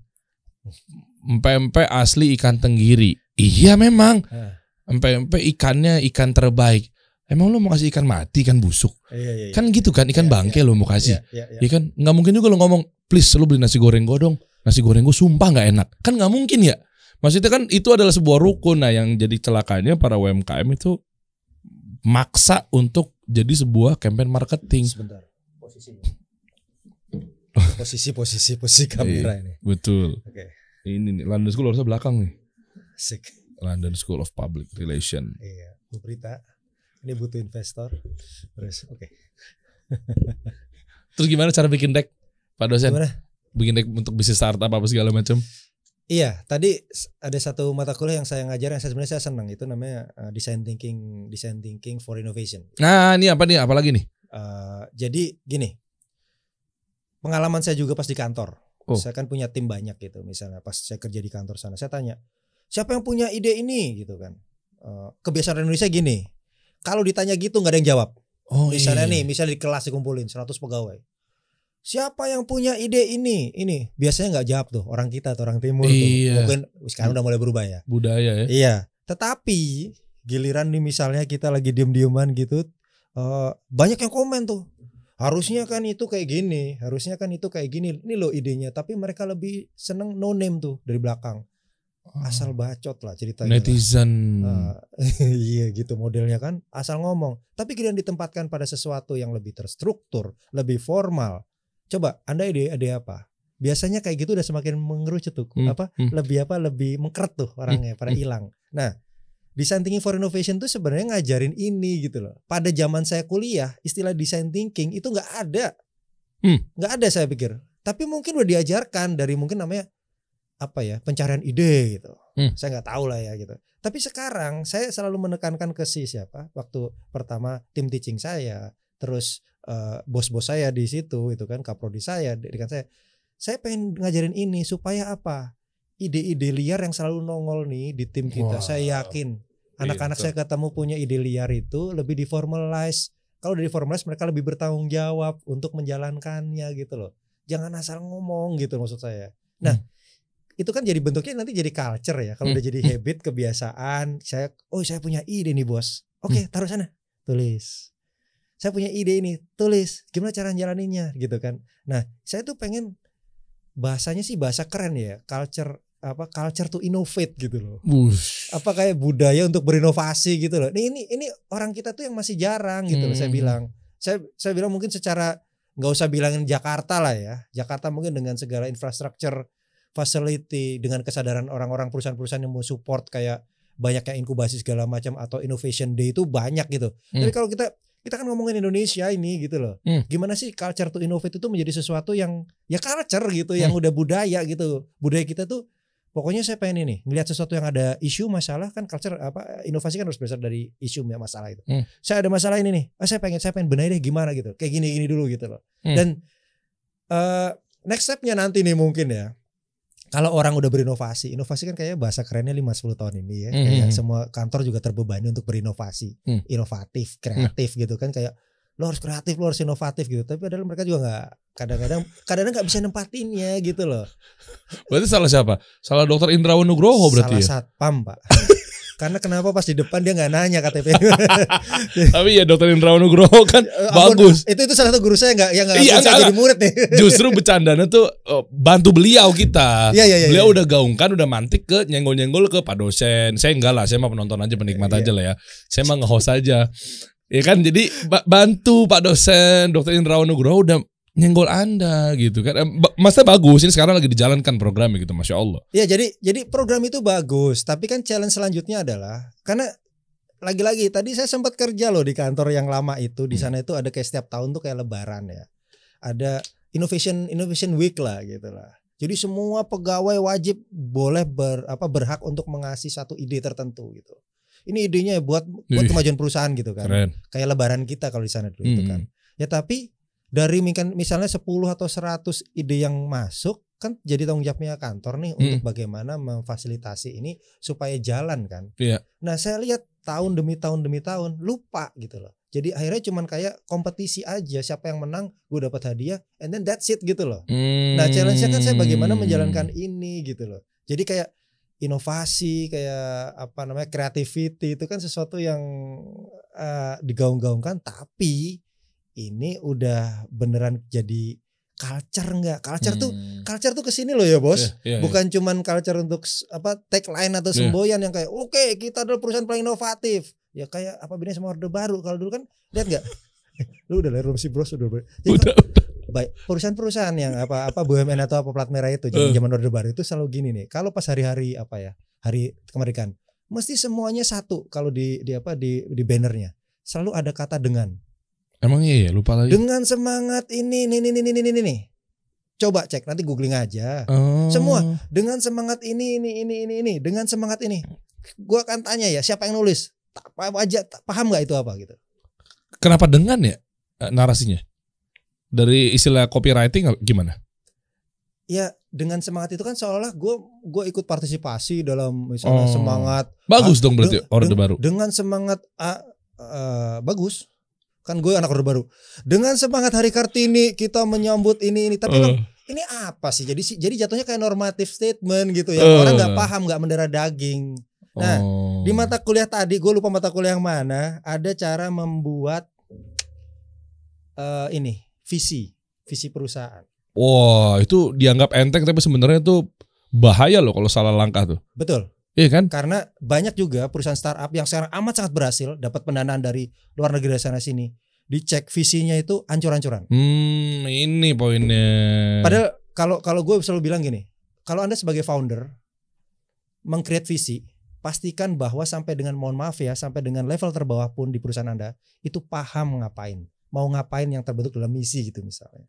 Jangan cuman kayak semboyan slogan yang ya tadi dengan semangat bla bla bla bla yang nggak jelas gitu loh. Jadi kayak normative statement ya kelihatan panjang, ditulis pakai Comic Sans gitu kan. Nggak usah detail. Ya minimal Time News Roman lah. Iya terus ini ngapain gitu. Nah makanya saya challenge kemarin salah satu waktu saya UTS kali ya. Saya lupa mata kuliah yang mana, saya bilang coba bikin visi.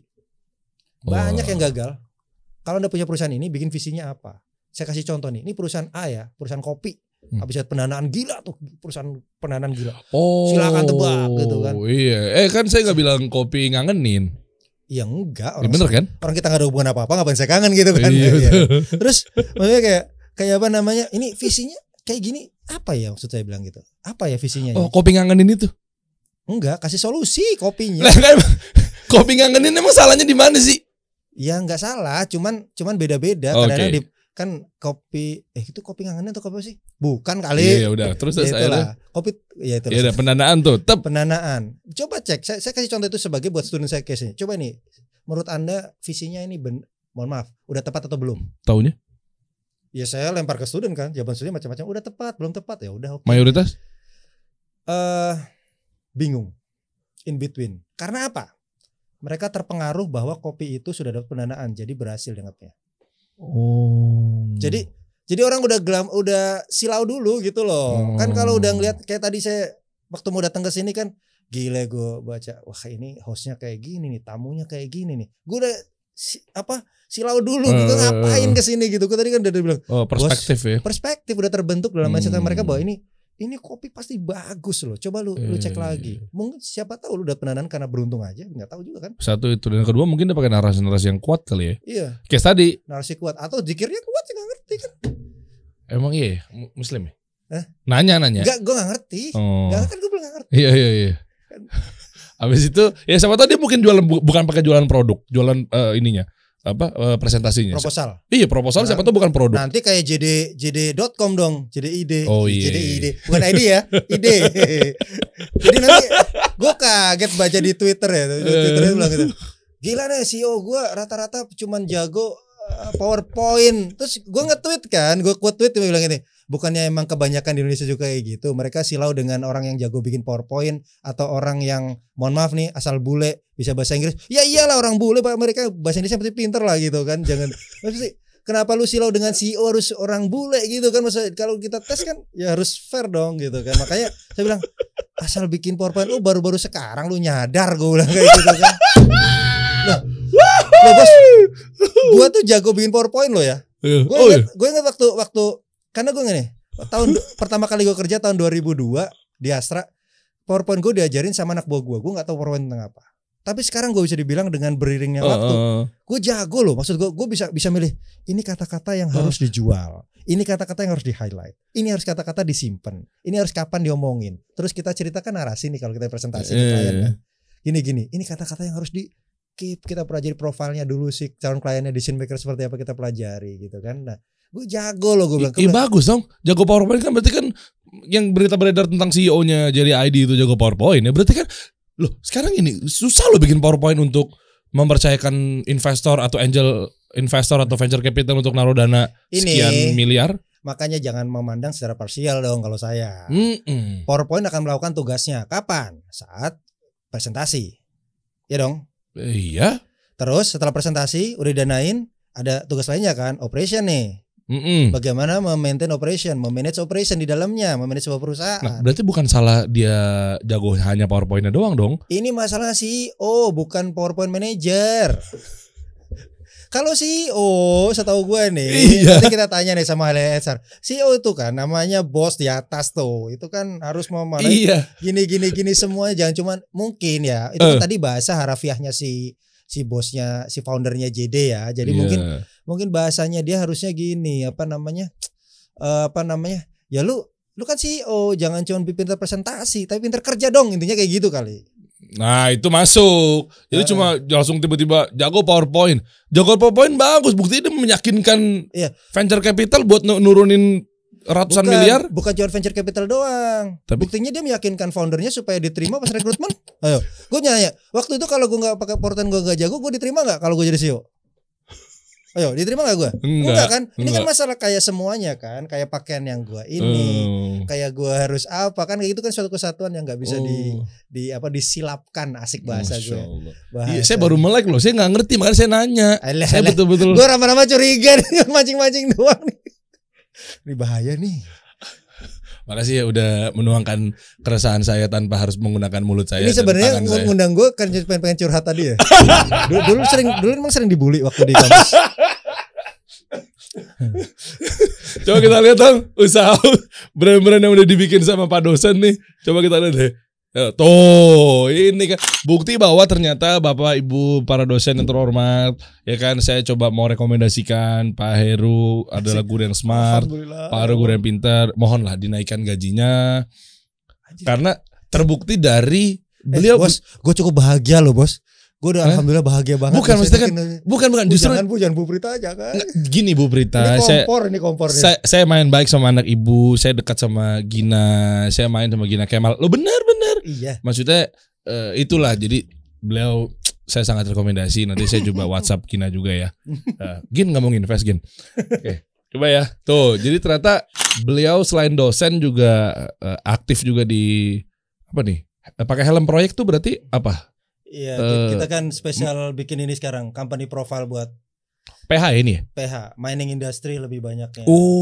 Keren. Gitu. Saya baru tahu. Ya ini akhirnya saya juga harus pegang kamera, harus apa gitu loh. Jadi kayak ini salah satu bentuk saya agile sih, adaptasi sama situasi gitu loh. Tapi kan ngajar apa di kampus? Spesifikasinya bisnis. Bisnis startup sama design thinking. Nah, dua itu kan keren. Maksudnya fokus di bisnis. Ini kan ini bagiannya. Yes. Ini kan saya bisnis sendiri. Jadi yang dilihat bisa jadi experience saya di bisnis, bagaimana saya develop dari nol yang saya telurkan jadi bentuk mata kuliah gitu. Iya kan tadi coba ke atas deh. Timberpix ini udah 19.000 followers. Teman-teman kalau mau cek coba masuk dong ke link di bio dong, atas dong. Nah ini langsung ke WhatsApp siapa nih? Ke saya nih. Oh langsung? Masih ke saya. Karena ini perusahaan baby gue nih. Langsung? Masya Allah, ini saya demen CEO, founder yang memang turun langsung. Bener Steve Jobs itu kan dia. Karena ini perusahaan baby, jadi kayak ya alhamdulillah ada perusahaan lain gitu. Cuman ini kan kayak perusahaan baby, jadi saya pengennya kayak tadi kan di awal kita bilang saya mungkin udah harus direct customer gitu. Yeah. Nah direct customer ini tidak lewat perantara lah, intermediary gitu kan, agency sebutannya, dibaca ANC gitu kan. Nah gitu kan. Nah kadang-kadang most of time si decision maker dari perusahaan-perusahaan ini itu pengen kehadiran saya nih, walaupun kadang biasanya saya cuma datang cuma nemenin ngopi, makan gitu. Tapi mereka kayaknya ya alhamdulillah ya, mungkin karena trust secara personal gitu, kayak si Pak Heru ada nggak? Ada gitu. Oh yaudah tenang, syutingnya lancar. Gitu kayak. Padahal yang kerja juga tim saya juga gitu kan. Iya, tapi kan pasti kan supervisi dari Pak Heru. Betul. Nah. Iya, tuh lihat deh. Jadi udah 60 klien teman-teman seluruh dunia, Masya Allah. Ini mining berarti ada apa? BUMN ada juga? Banyak. Wow. Alhamdulillah. Ngeri. Dan juga buat teman-teman kalau mau tahu ya, kita coba bisa korek ya. Sekarang bisa, mungkin Pak Heru bisa ngejawab. Yaitu teman-teman pengen tahu nih kira-kira bisnis model seperti apa sih yang sekiranya startup sekarang yang banyak diminatin sama konsumen. Nah, bocoran dong Pak Heru. Startup yang diminati sama konsumen. Iya, kan ini baru mulai nih. Mereka bingung mau mulainya pakai bisnis apa. Jalan ini apa. Ada tips saja sih sebenarnya. Cuma learning dari kemarin. Jadi supaya nanti teman-teman bisa sedikit menghindari gitu. Di kampus juga dibawain materi ini? Dibawain. Oke. Jadi dari studi yang saya baca, pada waktu pemerintah mengeluarkan dana support apa ya, kayak tunjangan kerja atau apa ya, apa pengganti kerja ya, saya nggak tahu lah. Banyak yang menerima, lalu mereka banyak menghabiskan uang tersebut tidak pada tempat yang seharusnya. Bisa buat tempat yang part yang fancy lah, buat ikut kelas yoga atau apa katanya studi yang saya baca. Terus poin kedua, kalau yang mereka mengalokasikan buat bikin bisnis, ternyata lebih dari 80% itu menghabiskan bisnisnya buat di bisnis apa? Kebanyakan kopi Pak pada waktu itu. Coffee shop. Which is good. Tapi jadinya Pak? Jadinya overcrowded kan. Kebanyakan supply. Iya. Ya kalau semua pengen bikin coffee shop, akhirnya kopi jadi bisa jadi komoditi, hancur-hancuran harga. Yang saya pengen highlight adalah waktu saya juga di kampus, saya ke student, saya bilang, coba kamu bikin perusahaan inisiasimu, perusahaan ide apa sih gitu. Wah, 9 dari 10 beneran bikin coffee shop Pak. Setelah saya explore lebih lanjut, kenapa kamu coffee shop? Karena saya setiap hari ngopi jawabannya. Kedua, karena itu gengsi. Ketiga, gengsi itu bisa jadi karena pengusaha coffee shop. Ketiga, gue bisa pakai celemek barista. Keren loh di foto ya. Pernah belum? Gue beberapa kali ke coffee shop itu pengen nyewa itu. Yang coklat apa yang hijau? Kemarin kuning. Kuning. Soalnya dia support sama partai dia kemarin.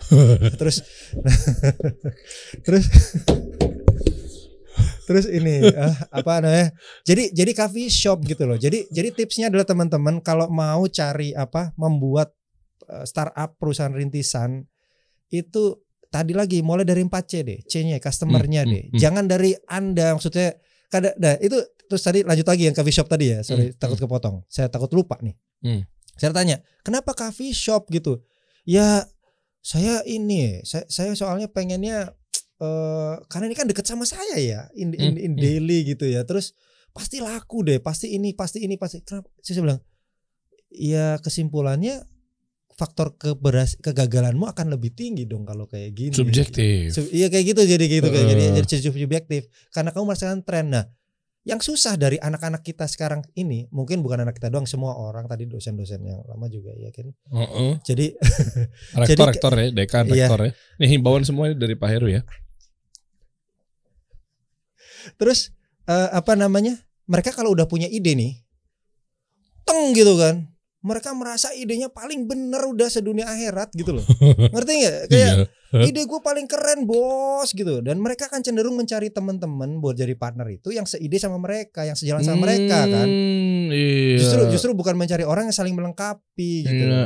Melengkapi kayak kalau gue jago di finance, gue cari orang yang jago marketing, jago komunikasi keluar, atau jago operation atau apa gitu. Nah ini yang kadang-kadang coba Anda kalau punya ide ya, ide itu harus datang dari Anda, memang dari keresahan Anda, melihat sekitar gitu kan. Cuman dicek lagi deh sama tadi, kalau makanya 4C ini masuk di sini nih, bukan 4P lagi nih. Customer Anda tuh siapa, semua stakeholder, baik yang di sekitar Anda lah, customer Anda, pemilik ini, pemilik segala macam itu, supplier segala macam itu kan di C itu kan tadi yang pertama customer. Anda cek itu loh gitu. Udah bener atau belum ya? Jangan sampai ego Anda yang main kayak udah ini ide paling keren, paling jago. Nanti yang ada malah kayak tadi itu, learning dari coffee shop overcrowded gitu. Gitu. Itu yang tips yang pertama. Kalau yang mahal loh ini insight-nya beliau nih. Lo bener. Terus yang kedua, kadang-kadang tadi udah di spill sedikit tuh. Kebanyakan kita mencari orang yang hanya sewarna sama kita.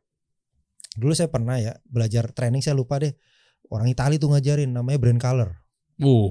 Wah, itu ilmu training dari ratusan training saya ikutin, itu yang paling saya ingat karena paling oke gitu loh.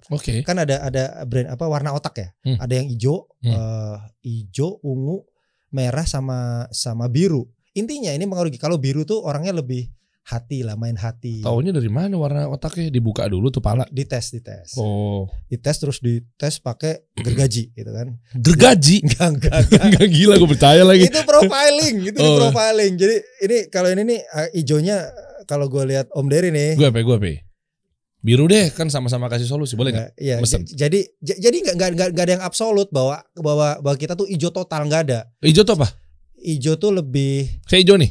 Lebih spontan, gitu kan.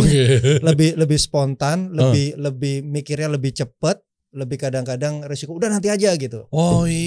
Nah, tapi bener. 60% hijau, cuman mungkin ada birunya nih. Birunya apa biru? Biru tuh lebih hati gitu loh. Misalnya kayak nanti kalau gue kayak gini gimana ya? Kayak lebih melankoli. Bener. Pak dosen, saya tuh agak lebih spontan, lebih nekat, lebih total apa segala macam. Hijau tuh berarti ya? Itu hijau. Iya. Tapi ada juga loh, ada ternyata setelah itu ada yang keluar juga dengan warna yang lain, kayak punya teori-teori brand color lain tapi warnanya lain, tapi intinya sama, cuma dikelompokin jadi 4 gitu loh. Saya berarti hijau bener tuh, tapi sayangnya majority mungkin. Iya, majority berarti saya hijau, tapi sayangnya saya dominan maksudnya. Iya, sayangnya bukan di ormas yang warna hijau, tapi saya nggak suka ormas warna hijau. Iya, makanya soalnya setelah presiden itu saya nanti saya males. Bahwa saya nggak suka walaupun saya kaum langitan. Iya. Biarin aja itulah, cak itu. Enggak. Gus Dur Al-Fatihah. Kalau Anda sebut kesalahan emang ormas sepak bola. Kenapa lu jadi ormas agama, Pak dosen? Saya belum kelar tadi abis itu. Misalnya Persebaya baju hijau, PSS Sleman juga hijau, ya kan? PSS Sleman juga hijau kan, banyak hijau. Terus, nah sampai mana tadi ya? Gue kalau udah gitu langsung bingung gue. Jadi tadi warna otak ya. Terus ada yang merah tuh lebih hitungan. Biasanya orang accounting, orang finance. Terus kalau orang ungu tuh, kalau merah kan hitungan tapi lebih milih yang detail-detail. Tapi kalau yang ungu tuh lebih kayak semuanya itu harus ada gitu, dipenuhin. Nah, nanti adalah gimana cara ngitungnya ya? Tes ya? Tes. Kadang-kadang yang mengherankan, ini saya juga dapat waktu saya di Philips tuh. Itu selalu training yang paling mahal dan saya ingat sampai sekarang dan berguna banget buat saya kerja gitu. Jadi waktu saya lihat kayak gitu, kayak dites, saya waktu tebak-tebakan lucu. Jadi sebenarnya ditebak gitu misalnya sudah kenal ya 10 tahun. Kira-kira Om Dery itu apa ya? Menurut gue sih ungu nih gitu kan. Ternyata setelah dites hijau. Terus tapi ada juga yang lucu nih. Menurut lu apa Om lu? Gue merah. Teman-teman bilang nggak mungkin lu merah, lu tuh hijau. Jadi itu terjadilah diskusi di situ bahwa menurut gue apa, menurut sekitar gua apa, peer gua apa, menurut ilmu secara teoritisnya tuh apa gitu. Nah, tadi kembali lagi tuh. Tips yang kedua adalah kalau mencari tim ya, kita kecenderungan apalagi orang timur, enak gak enakan. Kita selalu cenderung mencari orang yang sama ya. Mungkin karena sifatnya manusia itu kan apa sih, teori homo apa gitu kan, kayak selalu mencari sesuatu yang sama. Look like gitu kan. Oh, homofobia. Bukan. Homo LGBTQ. Ya, bukan. Kan tadi yang sama-sama. Ya itulah. Tadi homo apa homo maksudnya? Homo itu kan sama artinya, sama artinya. Alike. Oh iya betul. Jadi orang cenderung berkumpul mencari teman yang hampir sama bahasanya, iya. wave-nya sama. Oh iya, kok saya langsung ngarah ke sana. Kan Anda orang radio kan. Anda dulu kampus di mana? jadi Anda cenderung mencari orang-orang yang sama. Padahal secara bisnis kan saya bisa dimulai dari 4 orang duluan nih. Kalau bisa make sure bahwa Anda mencari orang saling melengkapi. Kayak ijo, berarti gue butuh dia saat ini presentasi nih gitu. Kalau diukur dari si levelnya boleh gak sih? Langsung misalnya oke, gue mau nyari orang keuangan, gue mau nyari orang marketing, gue mau nyari orang operation, gue mau nyari orang HR. Kan sama aja langsung di tepat pada sasaran. Belum tentu ya. Gimana tahu kalau orang misalnya nih, saya ketemu Om Dery bahwa terus ngomong nih portofolionya, saya ini orang accounting keren loh gitu loh, orang jago nih, saya bekerja di MNC company yang gini-gini. Ini sebenarnya membantu kita bahwa oh iya, validasi lah, mengafirmasi bahwa ternyata Anda memang benar-benar orang keuangan nih. Terus selanjutnya next levelnya adalah apakah cocok dengan saya secara kepribadian? Kan penting itu. Kan banyak kan. Saya juga ngalamin di perusahaan Timberpix ini tahun keberapa ya? Tahun keempat itu saya pecah kongsi dengan 3 tim saya yang mulai dari 0 gitu loh. Siapa aja tuh? Gak kenal lah, pokoknya satu orang itu jagoan di PH, satu orang jagoan di post production. Karena emang rezeki biasa ya, uang itu kan jahat ya. Padahal kita udah janji loh, nanti kalau udah kan biasanya gitu kalau bentuk usaha tuh. Nanti tips ketiga nih, kalau kita masih usahanya masih 0, masih miskin, kita biasanya setia banget tuh gitu kan. Tapi kalau udah uangnya udah banyak, baru tuh pada nyari-nyari masing-masing. Padahal kita udah janji loh, nggak itu kayak gitu. Nah, jadi kita bukan wajib ya, lebih disarankan rekomendasi cari orang-orang itu yang mungkin saling melengkapi aja. Kadang-kadang kita sebel kan kalau kita orang hijau ya, ngeliatin orang yang ungu gitu. Ini kok ramah banget sih keputusannya gitu kan. Karena dia harus memikirkan secara runut gitu loh. Mungkin perlu saat perusahaan kita perusahaan kita lagi agak goyah, kita butuh orang ini untuk berhitung. Oke, nice, ngerti. Berarti orang-orang keuangan, orang-orang finance buat jadi merah itu biasanya. Merah ya? Merah itu berarti menjadi backbone ketika ini perusahaannya lagi goyang. Hitung. Bayangin kalau perusahaan kita lagi goyang, laporan keuangan lagi kacau balau, diandelin sama orang hijau. Udahlah gitu. Ya kan? Iya betul juga. Kalau saya orang hijau masalahnya. Saya 70% hijau. Udahlah, enggak usah dipikir gitu. Nanti aja, nanti juga baik sendiri. Iya, itu gue begitu tuh. Ya pantesan makanya orang marketing sama orang finance berantem mulu di perusahaan ya. Iya benar kan? Itu di setting kayak gitu. Kalau saya pengalaman waktu saya di perusahaan-perusahaan itu, orang marketing itu kan lebih cenderung untuk spender kan. Iya itu. Menghabiskan uang kan. Betul. Menggunakan uang. Iya, tapi di tempat yang tepat ya. Tempat yang tepat itu harapan kita kan, menggunakan uang. Nah kalau finance kan di setting emang harus sepelit mungkin gawangnya uang. Jadi emang harus kalau orang marketing sama orang finance itu udah nggak berantem, ada masalah tuh perusahaannya. Ada masalah, either dia kong kali kong atau apa. Itu menurut pengalaman saya. Iya benar. Jadi apa namanya? Emang harus disetting gitu loh. Kayak orang sales kan orang marketing pengen cepet-cepet nih. Ayo dong, sales kita harus kegenjot nih, jadi harus cepet. Finance kan hitung, tar dulu budgetnya dari mana sih yang kemarin gitu, dihitung soal dilama-lamain gitu kan. Ya itu emang kalau buat saya sih emang perusahaan harus digituin. Kalau enggak ada masalah kalau misalnya mohon maaf nih orang marketing, orang sales sama finance tiba-tiba get along mesra banget. You need to check. Itu cek ada sesuatu aja. Ada sesuatu. Mereka janjian ya? Janjian. Oh berarti semua yang janjian itu antara divisi marketing sama finance manipulator tuh mereka? Gak bisa. Tapi itu salah satu strategi perusahaan lah. Kalau kita pernah dengar, saya itu bukan ahli manajemen ya, cuman ini cuma berdasarkan apa yang saya alamin gitu. Ada istilah peta kompli kali ya. Apaan tuh bahasa Jawa? Enggak. Itu bahasa manajemen kok. Peta kompli itu membuat masing-masing dibeda-bedakan. Sebenarnya tujuannya adalah untuk perusahaan itu lebih produktif aja. Oh, Masya Allah. Kalau pengen lebih lanjut mungkin bisa belajar langsung, masuk London School, daftar London School atas nama Dery Hansa. Nanti mungkin saya bisa dapat potongan harga dari 2.000. sama pin. Gue masih ada loh Pak dosen jaket alma mater warna krem. Masih nggak? Saya nggak punya. Tahu masih kan warna krem nggak? Masih nggak? Iya kan bisa pakai itu waktu itu. Gitu. Emang lulus juga? Enggak sih. Masuk lewat jalur bener? Enggak juga. Ayo langsung Pak. Lu jangan mancing dong. Ada apa lagi nih? Bisnisnya Pak dosen Pak Heru. Ini yang paling baru. Khalid. Apa nama panjang? Heru Gunadi. Heru Gunadi. Ah ini apa Rex? Rex sih lampu. Karena saya dulu kan 10 tahun belajar lampu kan. Oh. Rezeki. Jadi mau nyanyiin Philips nih ceritanya nih yang ini. Enggak. Ngapain bikin lampu? Philip itu udah dalam darah saya, Pak. Asik, diplomatis sekali Anda. Loh, Pak. Saya itu 10 tahun saya pegang Markom. Salah satu orang yang hafal sejarah Philip dari 1897 lahirnya. Bulan apa itu saya salah satunya, Pak. Karena saya ngapalin waktu kita punya pabrik di Surabaya, itu kan banyak tuh foto-foto dari presiden dari zaman Hindia Belanda. Kan 1897 kan zaman Belanda kan. Sampai dengan Presiden Soeharto ada semua foto itu. Itu kita yang natain waktu itu. Bener, anak Orde Baru. Iya, mancing lagi gila ya. Iya bener kan? Iya, bukan gue Kabinet Indonesia Bersatu. Oh, gue itu. Iya.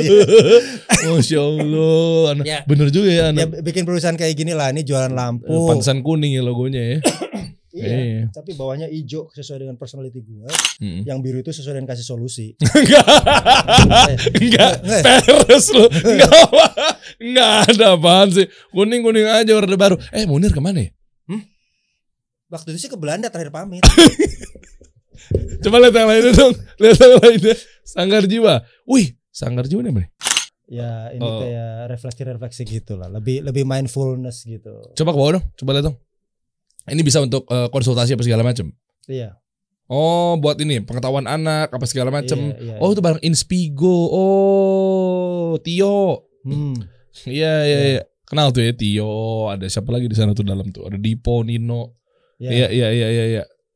Jadi ini tentang pelajaran tentang ini sih psikologi. Beda banget dengan gue. Cuman kebetulan. Istri.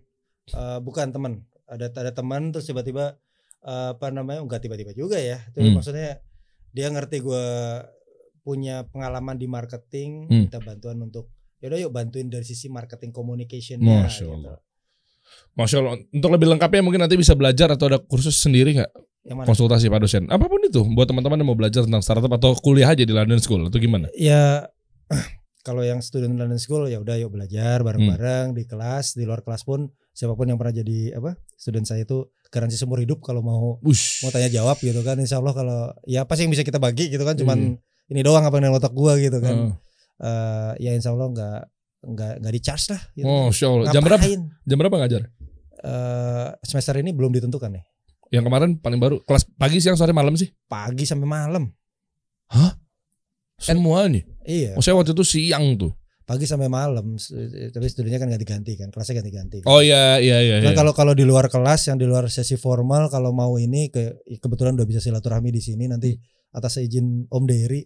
Kalau misalnya mau kontak apa yang bisa kita bantu ya kita bantu aja deh Om. Malah gue challenge sih, ayo ya kita bantu ya, nggak usah nge-charge. Ilmu mahal Pak dosen. Nah itu dia, nggak usah di-charge loh. Kita bantuin lu lu mahal di charge. Iya lu nggak bener. Kita buka workshop, di charge. Maksudnya berbayar. Iya berbayar. Berarti kita bagi hasil aja. Saya sebagai pengelola, misalnya berapa? Saya 90%, Anda 10%. Iya, selama sesuai dengan prinsip itu, maksud saya kita jangan jualan yang over itu kayak yang udah terjadi di luar tempat itu kan. Oh, yang kemahalan. Mahal banget, terus gue di situ 2 hari nongkrong, 2 malam 3 hari. Dapat apa gue di sini kan gitu. Dapat apa gue di sini? Oh, yang sukses kita pasti kaya, 2 menit jadi kaya raya. Joget dulu nggak depannya? Iya, terus gue tanya, kalau lu bisa bulan ngasilin bisa naik dari 100 juta sampai 10 M, kenapa nggak lakuin sendiri gitu kan? Pak motivator, bukan saya ngomong ya. Mungkin. Loh, saya peserta, saya bayar loh berapa? Ya, ternyata Anda dirugikan kan maksudnya? Enggak. Ya learning sih, silaturahmi lah banyak. Jadi silaturahmi pedes banget. Nggak ada ilmu. Lu bayar buat silaturahmi. Rumah gua open house tuh. Enggak. Gua bayar, gua spending nih, bayar daftarnya sekian juta, sekian 10 juta gitu. Terus belum hotelnya, belum gua harus misal kalau di luar kota harus pesawat, harus ini segala macam. Gua bilang apa yang gue dapetin ya? Ya enggak, itu buat gue sendiri dong. Akhirnya kan gue sendiri pribadi ya, gue kapok udah gitu kan. Oh iya. Ya kan nggak semuanya begitu Pak dosen. Saya pribadi. Saya pernah bikin workshop nggak begitu, nggak ada pemanasan, makanya teknis. Learning kita kalau nanti rezekinya kita nih ya, rezekinya kita bikin sesuatu yang bisa yang bisa memberikan value, ya fokusnya pada value. Pasti uang akan ngejar kita lah nanti kalau udah value gitu. Saya suka nih sama Pak dosen seperti ini, bukan motivator pada umumnya. Mungkin kalau teman-teman. Emang motivator umumnya gimana? Nggak usah dibalik-balikin dong. Hostnya siapa ya? Nggak enak juga cerita jadi narasumber ya. Iya, nggak enak terjebak gitu. Kita kasih solusi.